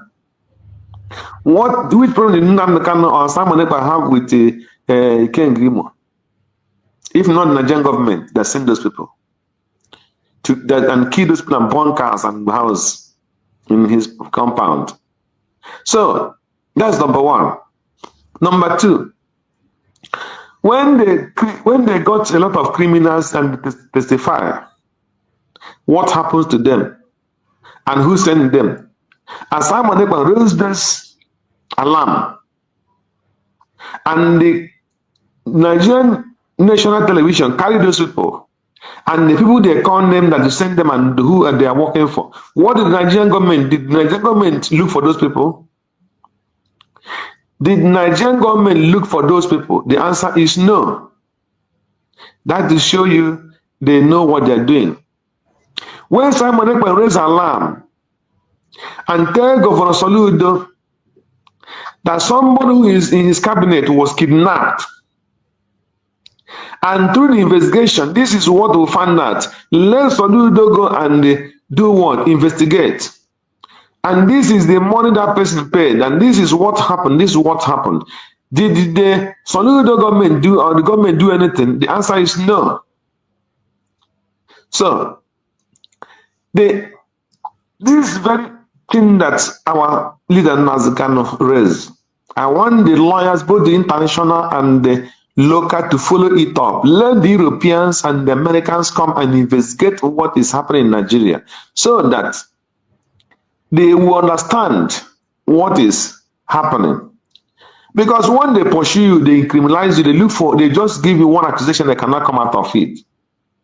And they just use it and kill you. That is have been the system of Nigeria since I knew them with that system since I was baby till this day. So, except the international community sit up. This one that they are holding our leader, the Finland, they should let the Finland and our government, please, let them, this Finland as well, let push Finland, let the Finland spearhead this investigation. Because this investigation will help them as well to know what is happening in Nigeria and in Biafra land before they will come out for any judgment against our PM. Let there be a thorough investigation of what have been happening in Biafra land since 2000 so let me say since 2009. Since 2009, because when I say since 2009, it was 2008 or thereabout, 2007, 2008, that Boko Haram were coming out gradually, and there was, I know, many people might not agree with Mbaga, but 2007, I went to Nigeria and I bought one of his stock. He called on Yaradua that this Boko Haram that they are seeing, time is coming. He foresee that time is coming. He said it in 2007. I brought that CD here. I came Germany with that CD when that Boko Haram was coming. So it was one Yoruba guy that took that CD from me. And when they please say, give it to another person from there, I didn't see that CD again.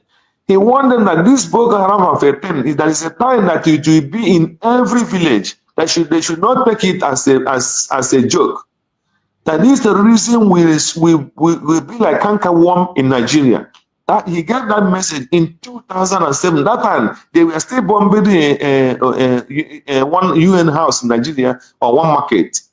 He gave them that message and said them this is what is coming, but nobody took it. So let them start this investigation from that time when they started going to seminars to kidnap in East, in Enugu, in any part of Eastern land before all these problems of insecurity started in our place. Let that investigation start from back 2008 to this present day. That is what I would suggest to the international community and those that are real people that care for human rights. Thank you, Mazi. Thank you so much. Let me just add to what Mazi Chicks permit me to say this. See, the international community, they know what is going on. The United Nations Human Rights Commission, they know what is going on. How many reports have they not been written? Is the international community not seeing them? Or are they not part of the international community?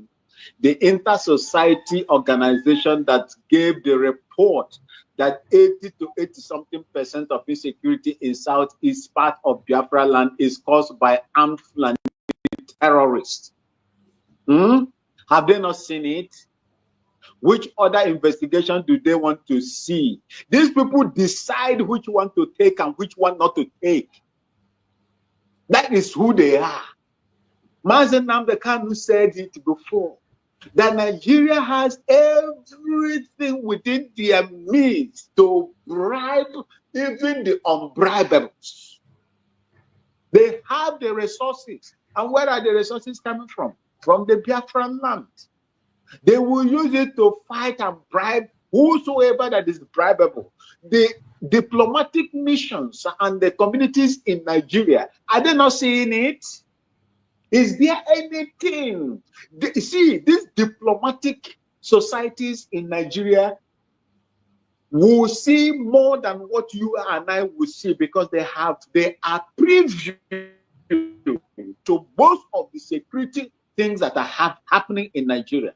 Most of these things that you see, when they will sit in America and begin to tell the former general, I don't know, the United States, that said, that made an exposure that these people are moving southwest of Nigeria, south of Nigeria. The armed terrorists are moving south of Nigeria. Is it today? That was, I think, around before Goodluck Jonathan, or within the Goodluck Jonathan's administration. The military general, Simon Ekpa, used it for analysis as well. I think, I think so. They issued a report. I did not see those reports. Which other report are they? These people have chosen to keep quiet and allow this thing to happen. What is happening on the eve of Christmas, before the Pope died? Was it not all over the places? People that were going to celebrate Easter, on the eve of Easter, look at what they did to them in Bauchi. Drove truck into a church where procession was going on. Are they not seeing it? Do you want to tell me that they are blind to all this atrocity that is happening in that place by these extremists? Which other one are they going to see? They chose to see what they want to see. That is the thing. They are adamant of what is going on in that country, simply because some of them, majority of them, are also compromised. If they are not compromised, by now, Nigeria will be hearing it hot. Is it not the same United Nations? What human rights wing that gave them ultimatum to release Mazi and Kanu? After the expiration of that instruction, what happened? Toothless bulldogs. They keep quiet. They choose to listen to what they want to listen. And this is the reason why we cannot keep our eggs in this same basket, because they are accomplices of the evil that are going on in our land. Thank you. Thank you. So let's proceed and get this. I think the other part of the news is the update on the case of our Prime Minister, Mazi, Simon Ekpa. They have pushed different kinds of propaganda and blackmail. But finally, they have come to their senses when they see that the blackmail cannot fly. The same media that was helping them to promote that blackmail, they are now giving another version. So let's hear the version they're giving. Meanwhile, in a very recent development, I'm sure you guys heard that Simon Ekpa, right, that the Finnish court has approved for his extradition to Nigeria on July 12th. And a lot of Nigerians wondered that what precisely could that be, or why would they eventually extradite him? Why would that process be, considering the fact that it may result or turn out to be what transpired during the initial time that Nnamdi Kanu was extraordinarily renditioned to Nigeria, that it could actually exacerbate insecurity in the Southeast. Well, let's just say, for example, that his lawyer has come out to say that the Finnish courts did not approve anything, that these are all lies from the federal government. So, you know that on Tuesday, we saw the story across social media platforms and even some news channels. The judgment was said to have been delivered at the Pajat Hain District Court in Lati on April 18, 2025. The post was widely shared on X, formerly Twitter, Facebook and TikTok. The viral post was accompanied by an AI-generated picture showing Ekpa in an attire that appears to be from a prison uniform. So, popular blog sites published it. Renaud Mokri, former presidential aide, referenced the viral post on Ekpa, and a couple of news channels actually talked about it. So, on Wednesday, a newspaper published a picture for its front page for Wednesday's edition. The picture shows that the viral post on the purported approval of Ekpa's extradition by a Finnish court was a cover story of a newspaper edition. Other versions of the viral post have also been archived. Now, we know that Ekpa was arrested in Finland on November 21, 2024 by law enforcement agents over alleged terrorism.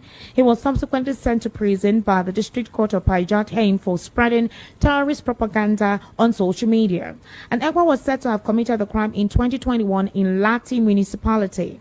He is accused of instigating violence and inciting terror in the southeastern Nigeria through his social media pages. So, obviously, Nigerian authorities have been demanding the extradition of Ekpa, a dual citizen of Finland and Nigeria, for prosecution. However, the effort has not yielded any result right about now. So, the senior detective superintendent of the National Bureau of Investigation in Finland disclosed that a Finnish district court fixed May 25 for the prosecution to file charges against Ekpa. Subsequently, Laksonen said Ekpa would remain in custody until his trial, since the alleged offense was not bailable. Recently, Carl Gumorus, Ekpa's new lawyer, said Ekpa will appear in court in June 2025 to face trial. So, based on what a couple of investigative platforms did, Nigerian authorities had indicated their intention to seek Ekpa's extradition. It remains unclear whether a formal request has been submitted to Finnish authorities or when extradition proceedings might begin in court. But when, online platforms, specifically the cable, contacted Gumeras via email, he said no court in Finland has taken such a decision.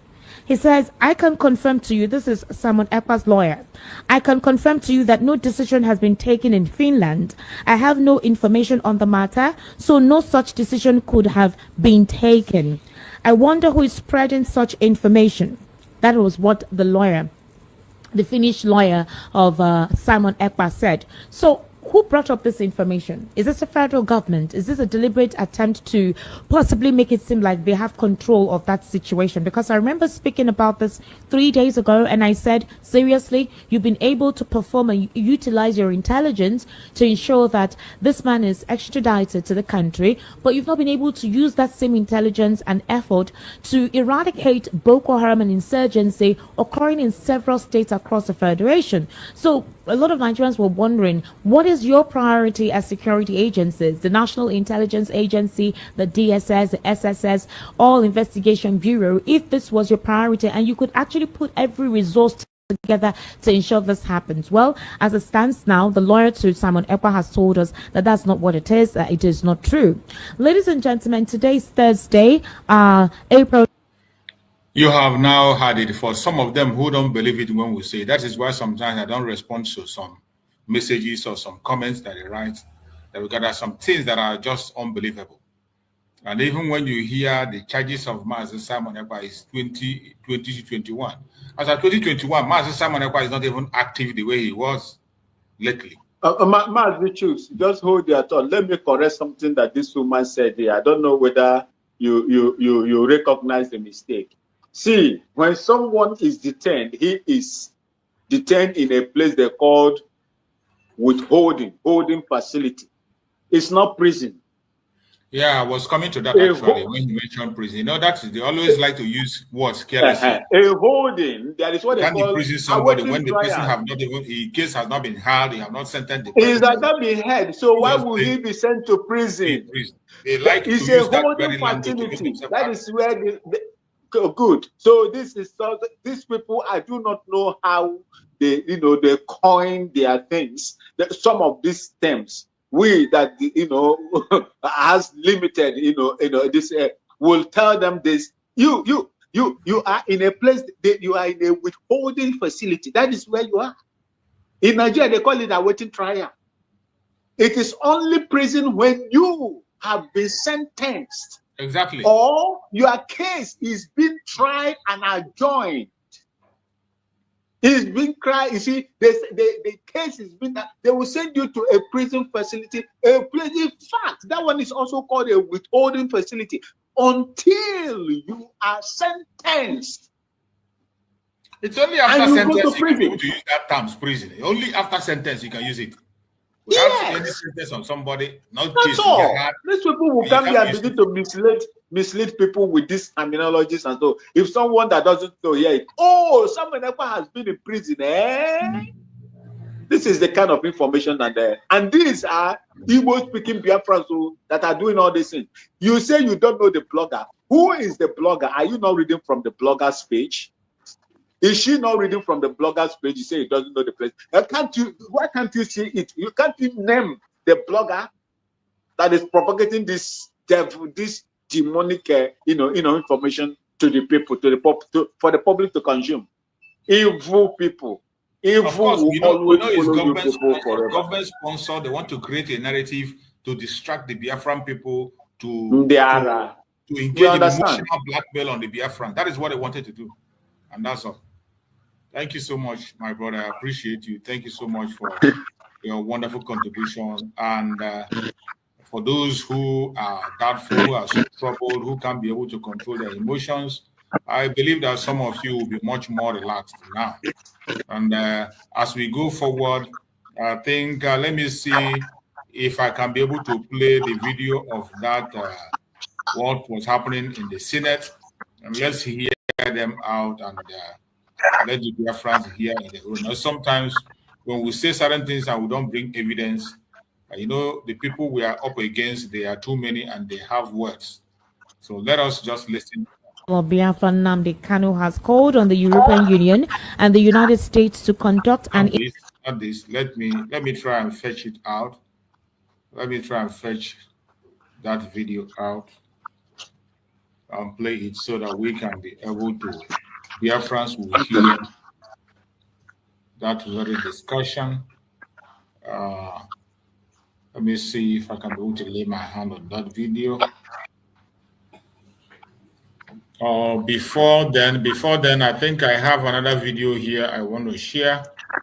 Before then, let us listen to this. As they are very busy talking about the Biafran people and distracting, some of us tend to forget events that happened in the past. And our duty here is to continue to revise that event.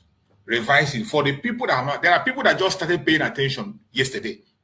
There are people that just started following this struggle yesterday. And there are people that are just coming in, and there are people that are still going to come in. So as we are on the time of recognition and telling the world what is happening, for those of them who are thinking that Mazi.Simon never just stood up and begin to talk, or Nnamdi kind of just stood up and begin to make trouble, I want you to know, when we come out and we say Nigerian government is a terrorist government, it is not a blackmail, not a propaganda, and we are not just saying it to destroy their name or to make them look bad. It is a fact. And when we say it, we provide evidence and we tell you to go and verify. I am going to present one of the facts to show you how Nigerian government is sponsoring the terrorists in Nigeria, bringing them in, giving them a safe haven, and protecting them at the same time.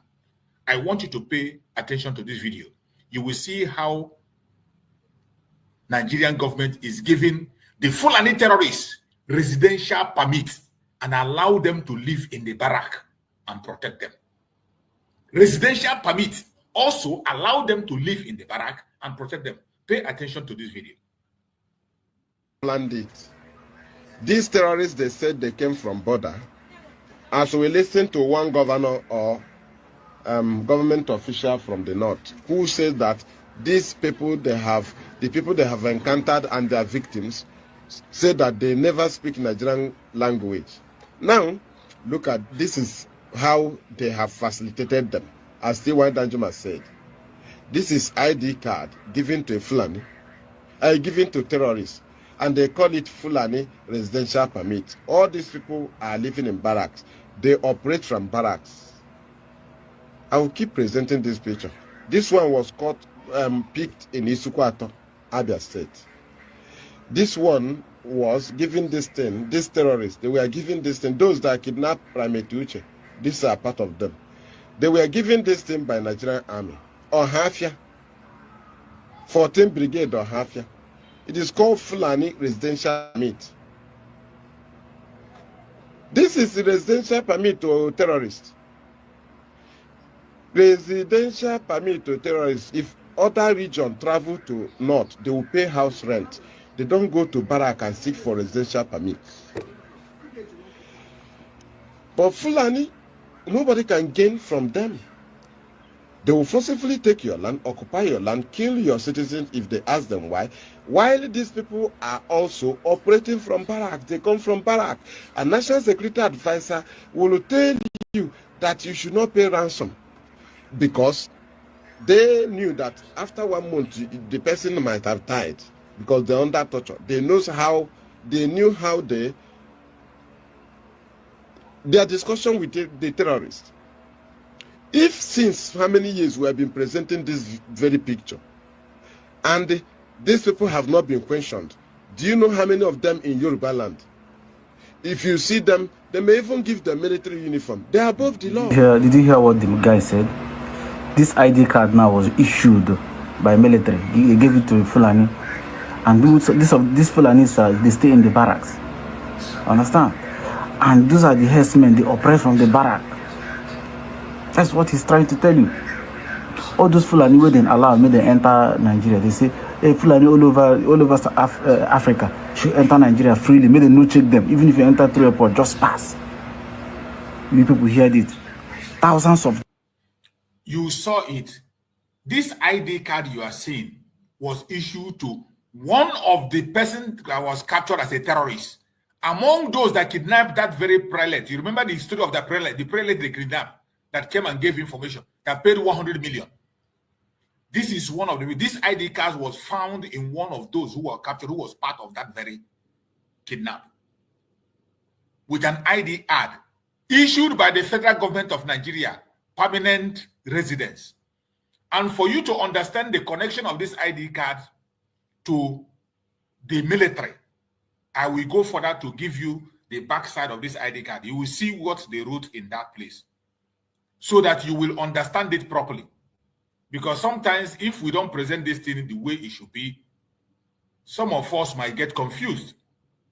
Or people who are watching will say, oh, how did you know is issued in the barrack? How did you know that it is the federal government? I want to give you the other side of the ID card so that you can see it very, very clearly. And now you judge for yourself.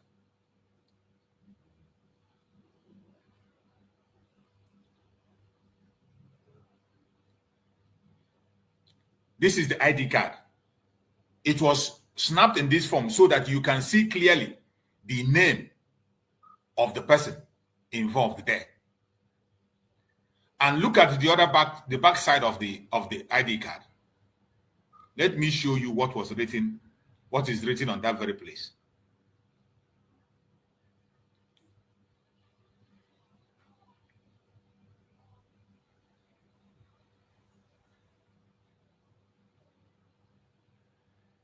This is the back side of the ID card. And I will try to read out what is written on that ID card, that back side that you are seeing, so that you can see it very, very clearly. It says, this tag is the property of Headquarter 14 Brigade Nigerian Army. If found, please return to 14 MIR. Good luck, Ebele Jonathan. Valid for Good luck, Jonathan Barak only.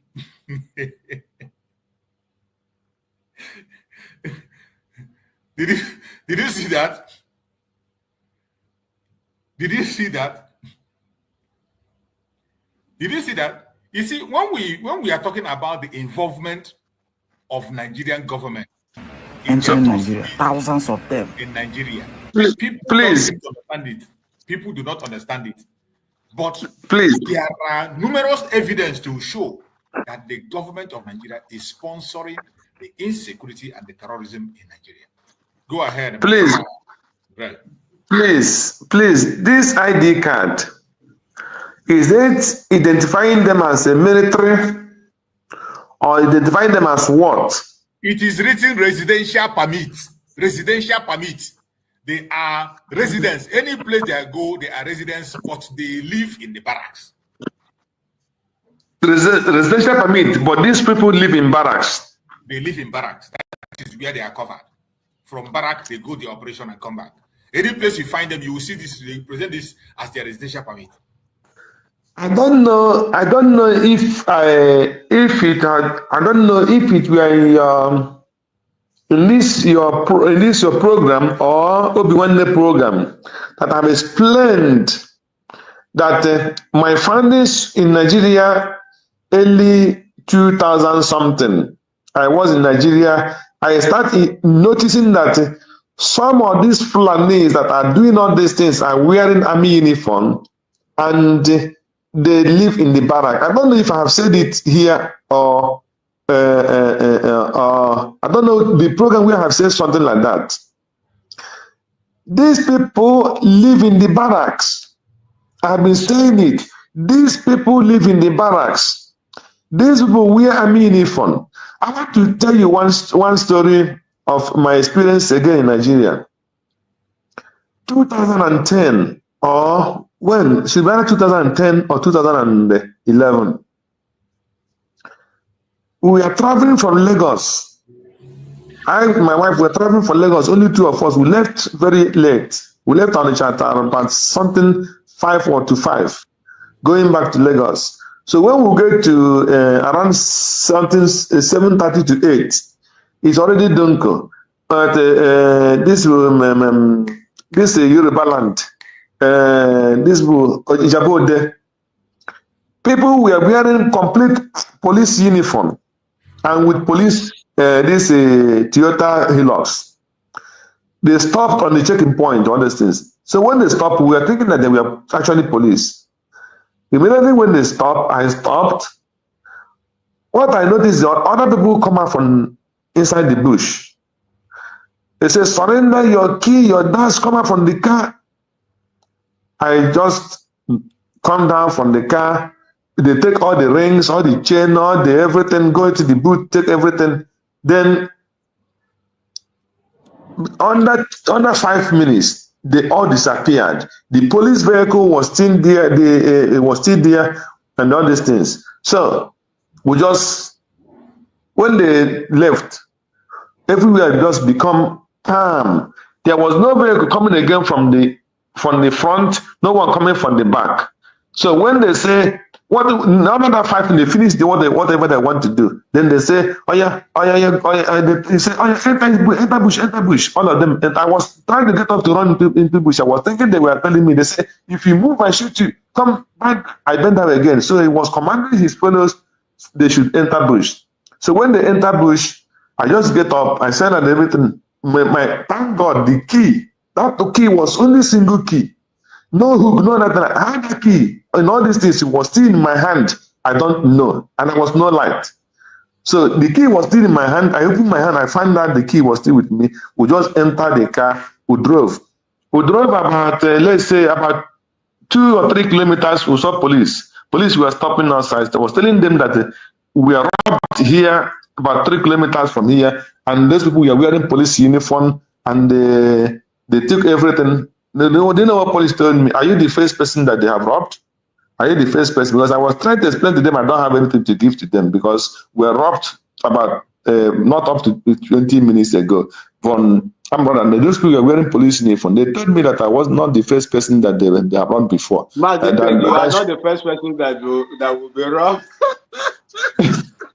Yeah. So these people, these Fulanis, they act. When they have security. Their own security is the military in Nigeria, both in the east, both in the south, both in every part of the country where they are operating. They are living in the barrack.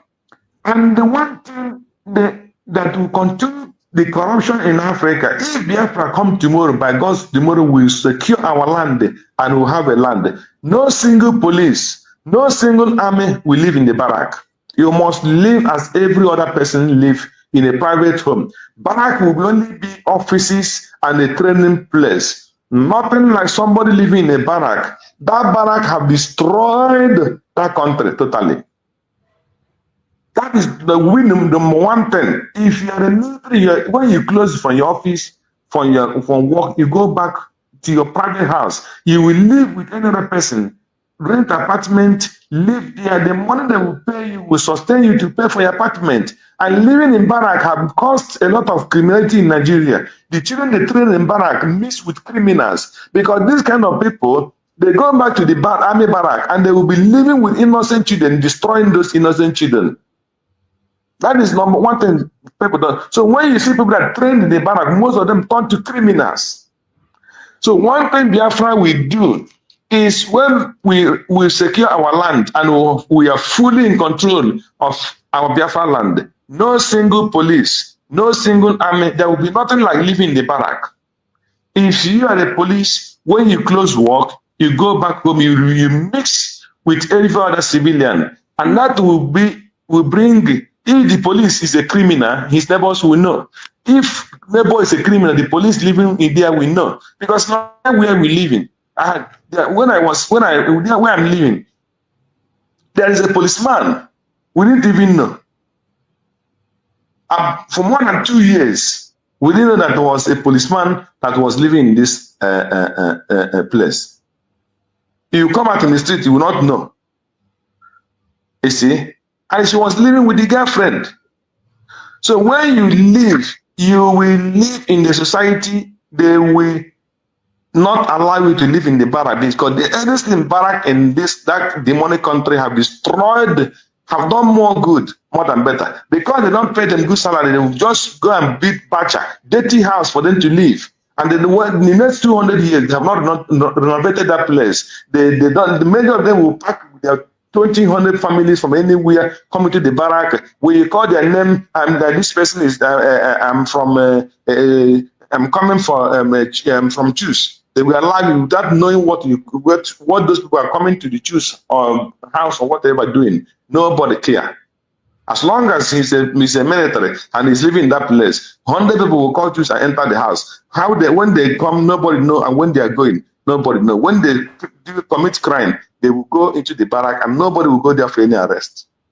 That is what is happening in Nigeria. And that is why they give them this thing. When they come, if there is any doubt, when they show this thing, they will just open the barrack for them. They will go inside. Nobody will go there and look for them. Thank you. Thank you so much. I appreciate your contribution. Bro Max, you have something to say? Yes, so you see, giving foreign Fulani terrorists residential permit, the people that gave them the this is where I have problem with the what is going on in that country.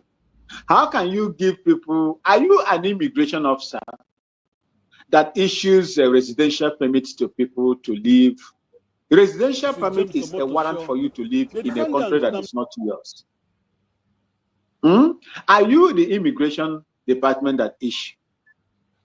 You see, these are some of the things that I don't get it at all in that country. When it happens like this, you will be asking yourself, is this really a country? And if you remember the bishop that was kidnapped, that paid 100 million, he said why they released them, just 100 meters away from there is the army checkpoint. That is to tell you that these people are working hand in hand with this. You see, if they have taken over, gradually, they will remain in the barracks. If there is anything that is going to happen, I am looking at Afghanistan, thing happening to Nigeria. Template happening to Nigeria. The same way, because they will take over those places. How do you want to tell me that a terrorist, armed Fulani terrorist, will go and find succor in the barracks with a permit to live in the barracks? While I was in the barracks, there is nothing. Once anything happened, the police cannot. Nigeria has rejected the motions. Because that is the military quarters. You don't go in there. And I will suggest what Mazi said. If Biafra comes by the grace of God, once the world recognizes the sovereignty of Biafra, and we have our nation, there is no active service member that is going to live in the barracks. The buildings in the barracks will be for training, for exercises, for tactics development, and so on and so forth. You will wake up from your own house, you will go to the office in the barracks to work. And that is how we are going to do it. Because we will not encourage, we are learning from the evil that are being carried out by these same people. They police the government. In fact, there is no how the government of Nigeria is not aware of this thing that they are doing. Are you surprised what they can do? Do you know how many thousands of cow that is being eaten in Lagos alone? Do you know how much it is that these people are getting? Do you know how much that these people can pay in order to get everybody on their side? Mazi Chooks, we have an existential problem around us. It's just like a very big, heavy, load tucked at our back. That is what we are facing. And I believe that we are equal to the task. We can deal with it. We can deal with it. Let the government of the United States of Biafra, do whatever they are doing. We are waiting for the time when the whistle will be blown. Then we'll know what to do. Thank you. Thank you so much, my brother. I appreciate your wonderful contribution. Let's also listen to this very update that we got also from their media, and let's hear what they want to say. This was the update my brother Greg was talking about. Let us hear it and hear what they are saying. The Senate of Nigeria has rejected the motion seeking a political solution to free the leader of the proscribed indigenous peoples of Biafra, Nnamdi Kanu, from detention at the Department of State Service, DDSS. It also reached a resolution calling for the extradition of a self-acclaimed leader of the separatist group, Simon Ekpa, from his base in Finland to face charges for his sit-at-home calls and inciting trouble in Nigeria's southeast. Our National Assembly correspondent Omo Bazwai has more on this. Simon Ekpa, a self-styled leader of separatist group Indigenous People of Biafra, has been passing several orders from his base in Finland to his followers, establishing a strict sit-at-home order in Nigeria's southern states. In the absence of Nnamdi Kanu, crippling commercial activities in the region. On Wednesday, the activities of Ekpa and his gang finally caught the attention of the Senate, following a motion by Imo West Senator Osita Isinazor. Isinazor's motion was co-sponsored by all other 14 senators from the Southeast, inviting Nigeria's federal might to end the rascality of Simon Ekpa and his band of outlaws in the region. The Senate is aware that thousands of innocent lives have been lost since this action of sit-at-home in the Southeast started, and properties worth over $1 trillion have been destroyed, which has resulted in investors leaving the region. 2023. Efforts by the governors of the 5 southeastern states have achieved little to no end in the terror activities of Ekpa and his men. Kanu was extradited from Kenya in 2021 after he jumped bail in Nigeria, alleging threats to his life by Nigerian security forces. On October 2022, Justice Binta Nyako of the Federal High Court struck out 8 out of the 15-count charge earlier brought against Kanu by the Nigerian government. The appellate court ordered his release on account of his unlawful extradition from Kenya to Nigeria to face terrorism charges. But the Supreme Court overturned the decision of the Federal High Court, leaving Kanu in detention since then. You see the evil of, when we say that Nigerian media is evil, I'm going to show you some of those evil of Nigerian media. You know, when we call them, when we talk about the terrorism of Nigeria, it is on different level. The terrorism of Nigeria is on extraordinary level. If you don't understand it, if you are not a Biafran, you won't understand the level, the evil of the media. Most of the things you are seeing today, most of the evil you are seeing today is carried out by Nigerian media. And this is one of the evidence. Did you see this video they are showing here? This particular video they joined here has nothing to do with the Biafra. It has nothing to do with IPOB or the Liberation Army of Biafra. This man you see here, even when Mazi-Simon Ekpa tries to reach out to him to make sure that he's being threatened and joined the agitation, this man refused to join. Forgotten the name they call him. What name they call him? Who is Aji. Exactly. But you see how they took the video of that man now. They merged it in there, and the name they are mentioning there is Mazi-Simon Ekpa. Mazi-Simon Ekpa, projecting into the whole world. They are projecting to the world and to every media. This is the evil. The evil. When we talk about Nigerian media being the architect of the major problem that the citizens are facing, this is it. This is Mazi Chooks. Mazi Chooks. Let me. I try not to go pull on, but listen to this. You listen to the last journalist narrating the story. You see the kind of palpable lie that I'm still going there. I have not reached there. I'm still going to that direction. My goodness. How did you? When was Mazi Nnamdi Kanu extradited from Kenya? I was still going to that direction. That is it. When we talk about their evil, that is what it is. You saw in that end how the man was reporting it. This issue has been settled again and again. Is in public that Mazi Nnamdi Kanu was kidnapped, renditioned. He was never extradited. He was renditioned. It is in the public. It's in their courts. It is everywhere.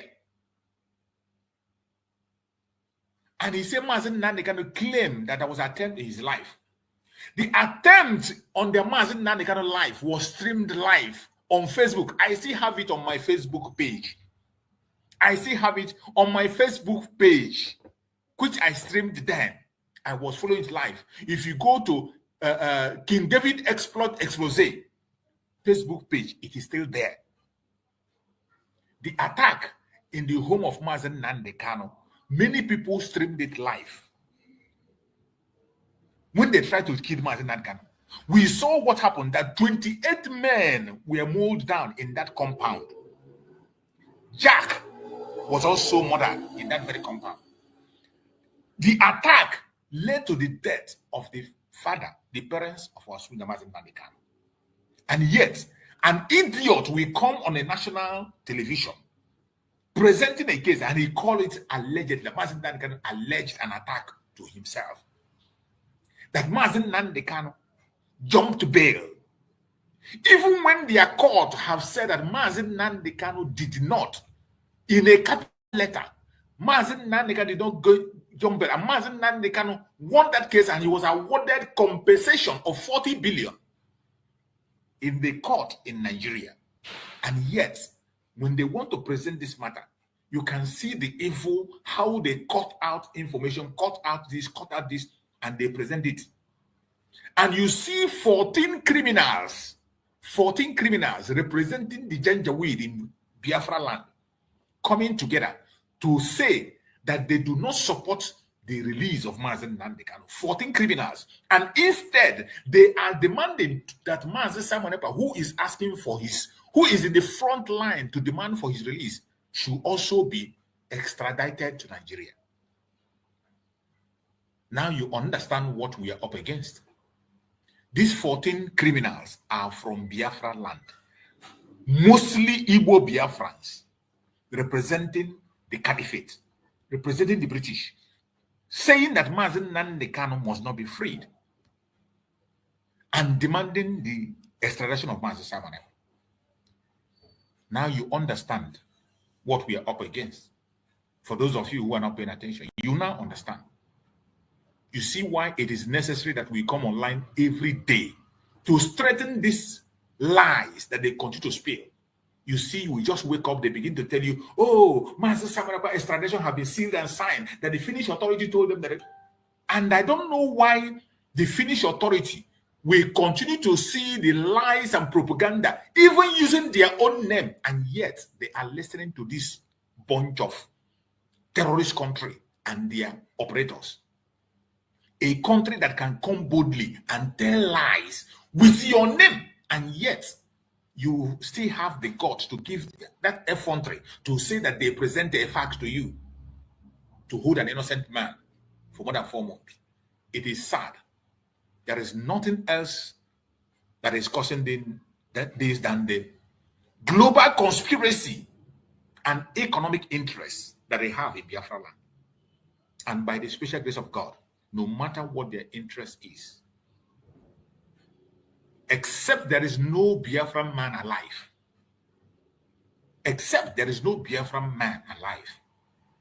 Biafra will definitely come, and they can't stop it.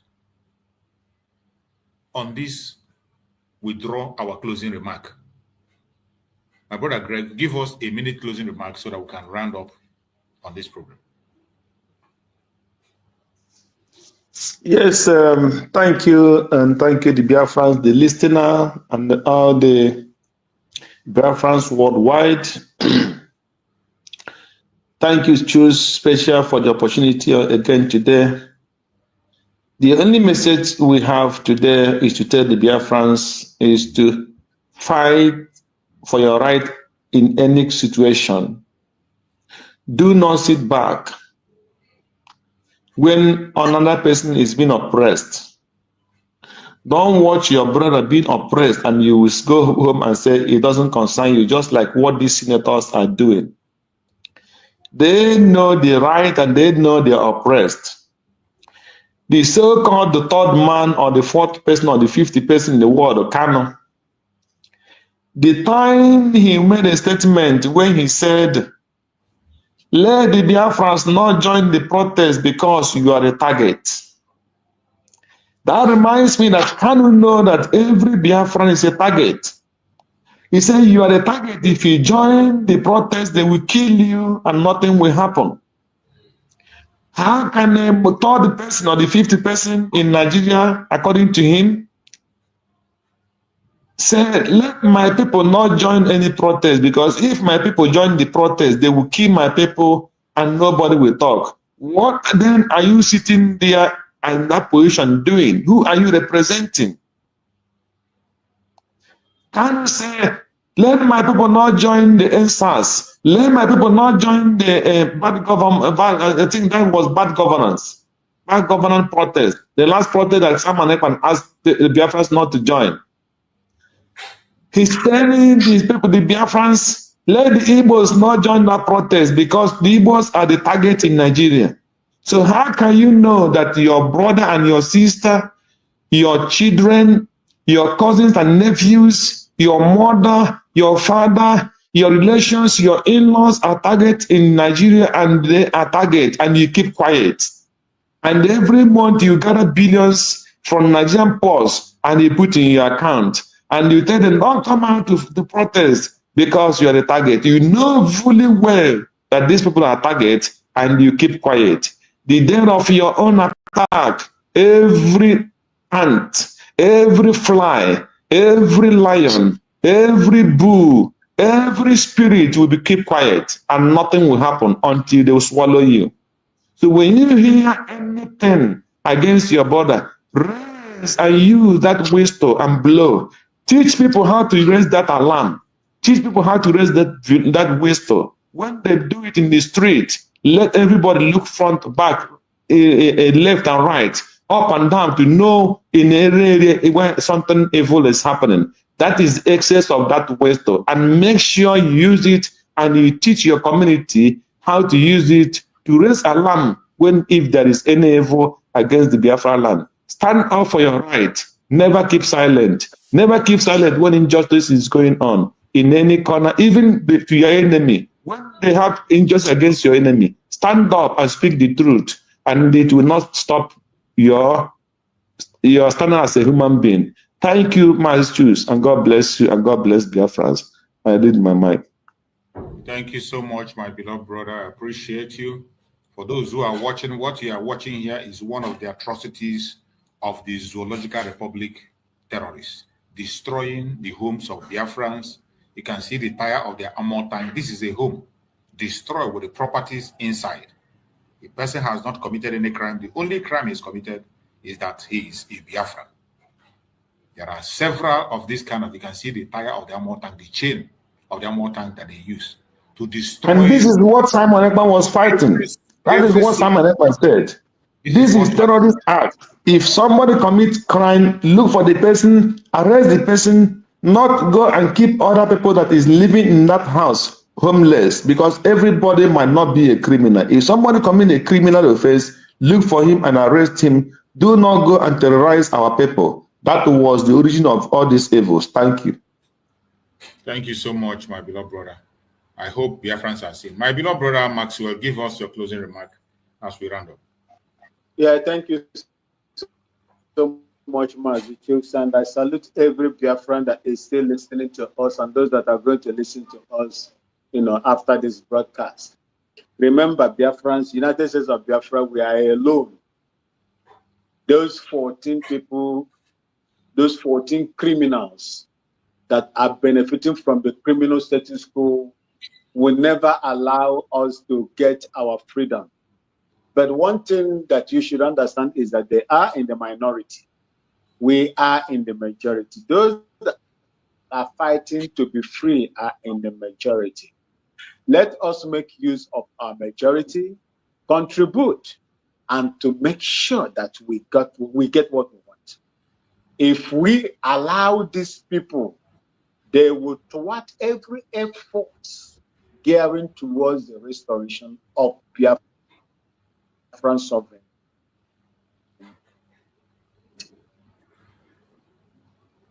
Know it today that we have serious problems from the Fulanese or the globalists, but right there in our homes. Our people say that what kills a cow lives inside a cow. If you have a problem, an issue that lives with you, that issue is more potent to kill than anyone that is coming from outside. And I believe that the United States of Biafra, under the leadership of the Tongason Rabese, is looking into how to tackle all these problems. But before then, we must make sure that we support every one of us. We must relay information when necessary, and we must guide against attacks from these evil ones.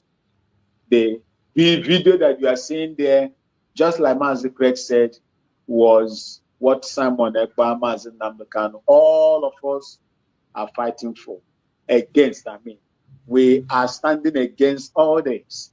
Someone commits a crime. Okuko hapụrụ onye gburu oje tụwara nwite tụkwasịrị nwite onu. Is it the ite that killed the one? These are some of the things that they do. Miscarriage of judgment, attacks on innocent people, destroy them and get at them. You are losing. No matter how you going to intimidate the Biafran people, no matter the devices that you have adopted to, instill fear in the minds and hearts of Biafran people, we will never back down. We are out, and we are going to continue to chase you, and we are going to continue to make sure the international community, those that choose to listen, let them listen. Those that refuse to listen, God is going to strike them the same way he struck Pharaoh, the same way he struck Pharaoh. Thank you so much, Biafrans. I still remain. You are okay. And women from the little beautiful city of Bolagatanga in Upper East Region. May Chukwu Kiabema bless each and every one. Thank you, Mazi Chooks. Thank you so much, my beloved brother. I appreciate you. I appreciate you for your immense contribution to the program. As always, I thank you for all your support. And I appreciate every Biafran that have participated on this program today, wherever you join us from. May Chukwu Okike continue to guide and protect every one of us. We shall overcome these challenges that are coming from right, left, and center. No matter how they try to stop us, we are unstoppable, and we will continue to speak. We will continue to shout. We will continue to alert the world on what is going on in Biafran territory. May Chukwu Okike continue to guide and protect every Biafran. May Chukwu Okike continue to guide and protect our Deputy Prime Minister, Dr. Ngozi Orabweze. May Chukwuokike God and protect our Prime Minister, Mazi Simon Ekpa. May Chukwuokike God and protect our Supreme Leader, Mazi Nnamdi Kanu. Wherever you are watching this program from, no weapon formed or fashioned against us shall prosper. Thank you so much for being part of the program. I appreciate you immensely, and I thank you for being part of the program. See you again tomorrow, same time. Stay blessed, and thank you once again for being part of the program. Remain blessed. No fear for our land. We go stand together, fight for freedom now. No surrender. This day is more than just an opening. It is a call for peace and reconciliation.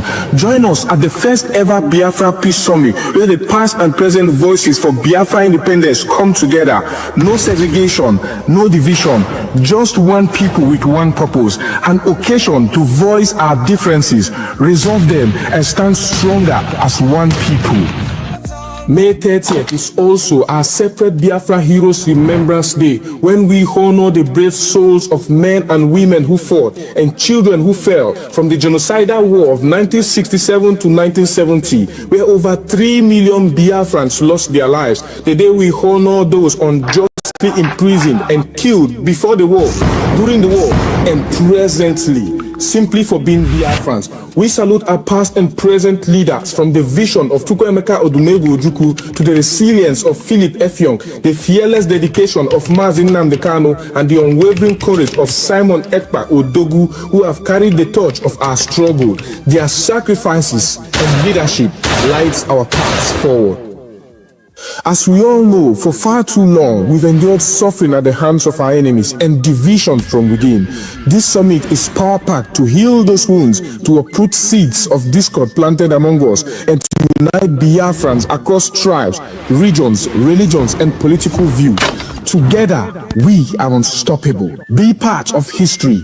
Join us on May 30th, 2025 at the United States of Biafra headquarters in Washington, D.C. A day of unity, remembrance, and renewal. Biafra rises as one strong nation, bolder together. Venue, 11726 Connecticut Avenue, Northwest Washington, D.C. Time, 3 p.m. Biafra time and 10 a.m. Washington time. 30th of May 2025, a united Biafra. Our time is now. This message is proudly sponsored by the Office of the United States of Biafra Deputy Prime Minister, Her Excellency Dr. Ngozi Orabweze, and the Biafra Information, Telecommunication and Postal Service. My name is Marvelous Chukwubikem Arinze.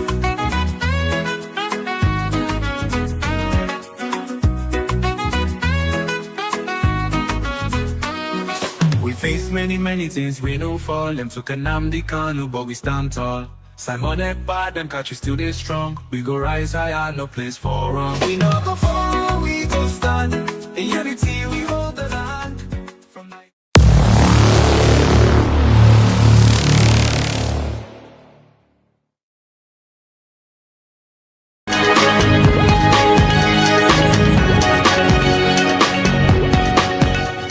Ndewonu Biafrans, and greetings to the world. I am Mazi Ifeanyi, presenter and head of media for the United States of Biafra government homeland. On behalf of the leadership and the great people of Biafra, I welcome you to this special broadcast from Homeland Media, bringing you verified updates, truth in reporting, and the voice of the Biafran people. Today we bring you a major development in our collective survival and resistance against the ongoing oppression we face. In the face of rising kidnappings, unlawful detentions, and mysterious disappearance, a new tool of hope and emergency safety has arrived to support our people, the survival whistle. On this day, April 25, 2025, in a bold move to strengthen the safety and survival of the Biafran people, the first batch of survival whistles has officially arrived in the Biafran nation.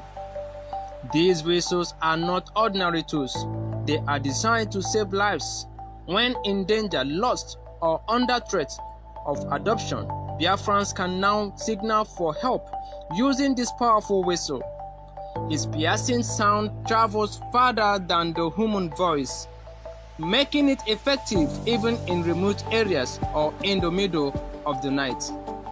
Distributions is set to begin as soon as final arrangements are in place with the 40 state governors across Biafra. Homeland officials assured that no region will be left behind in this operation. This initiative comes in response to disturbing reports of night raid, illegal detention, and disappearance targeting innocent Biafrans by Nigerian security operatives. The Nigerian DSS alone is said to be holding over 100,000 Biafrans without trial. Many are missing, presumed dead, or never heard from again. The survival whistle will serve as a new weapon in the defense of life, a way for citizens to cry out and be heard during emergencies. The people of Biafra have welcomed this move with open arms, expressing gratitude to the government of the United States of Biafra. Do stay with us. The news continues in a moment.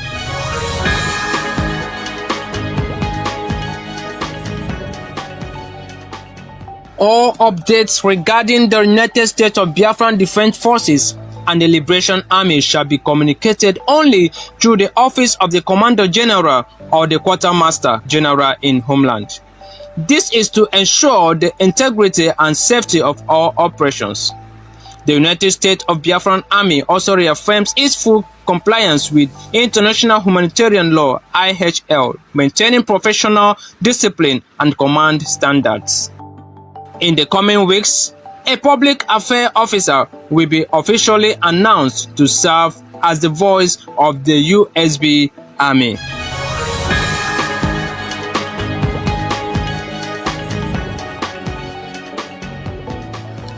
My fellow Biafrans, today we do not just report news, we report history in the making.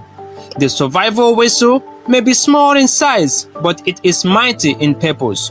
It is a sound of resistance. It is a call for unity. And above all, it is proof that no Biafran is alone. From Homeland Media, this has been your weekly update. I am Mazi Ifeanyi, head of media for the United States of Biafran government, Homeland. Continue to stand strong, stay alert, and be your brother's keeper.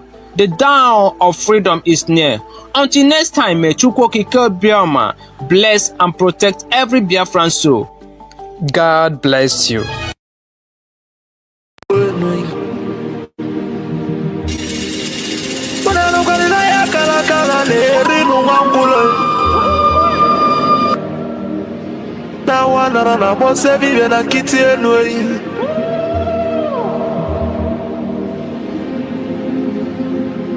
Natulaje bano mabuli vemelem. Atibe kwa natulane bovo. Timalugodo nugodo kokodo nyano be hule hule.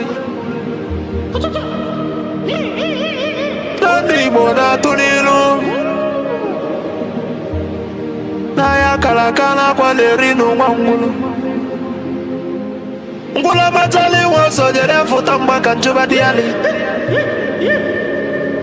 Mama abulezi okwenu. Nabaka la kelwe gonezi enwe. Nubota kala kelwe gonudezi. Maka na baba neno waralu nunuteyi. Umu Biafra kunyenwe. Umu Biafra kunyenwe. Unanu kwa ni bono nuno mono nezi biakenwe. Ono nenu lila tono nanda gulugu senyi tono nugu banataye. Kanyi wele fobi wena tabanu banyo. Makana njuko no 1 million we bofu wa mabulezi okwe. Nakani na mila Ekpa waja sienyi ka kesu ezo pabule be walo tamano mo Biafra kuyenu Kani welo fobi welo tabano banye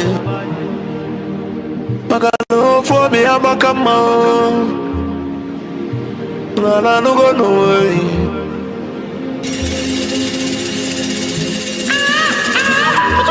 Mo Biafra na mekele ununina Nkabo nkanye Mwadati na itele wanyi biakenegi Okwagi bulu kwekene na fandi otu Biafra is our hope And the Biafra is our religion Nkodi na wata chieza muno bibu onye iwere ya Wesi ya kene kene rugio Adubagwo chukwo Ikemba one of Biafra land mongwe Adagune ya kala ya dike Mafondi mojiri diebu bebya debi chevele mongwe Abusiku odogweji mali igbo nine Odogweji malo Biafra miya Adumegwo chukwu Opagisi kene logi Filipu Efyong Abusikwa nwoke kwuloku wekusi okwu si na Biafra ekunye Na ya bụ Biafra ya tulugo wenata Na bụrụ na ya bụ Biafra ekunyigo N'ọkụ ọgụli nwata n'aka na ele Opagisi kene logo onye ndu Mazi Nnamdi Kanu Amadike Biafra kede ebe n'olike Amadike Biafra bianulo She has no jurisdiction to try me. None whatsoever. I came out of Okwagi foye tiri ndilo mbadamula hunis accused from my case and cannot try my case. There are things that are happening in this country that a lot of you do not know. It is my duty to make that very, very clear to all of you. Today. Because the lies are too much. The lies are too much. I sent a petition to the Biafra COS Dr. Ngozi Orabweze Bekenelio.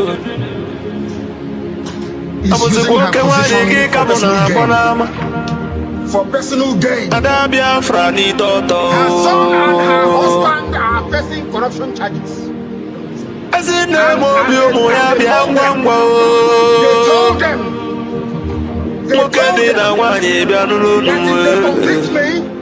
this is what is this is what happens.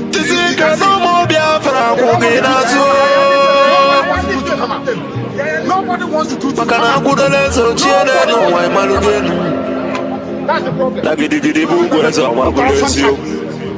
They sent her to my case. So they can Biafra government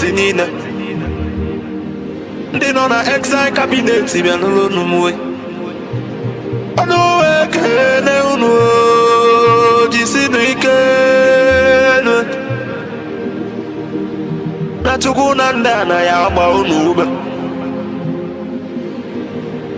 Baka no yesu lobi ya toka imaluge nuwe.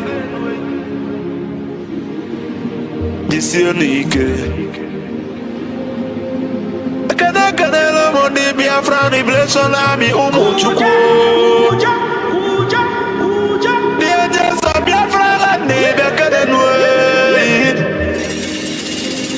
the great oracles of Biafra Nananunwe. Anuwe kene nunama. Nanunu jisi kenon.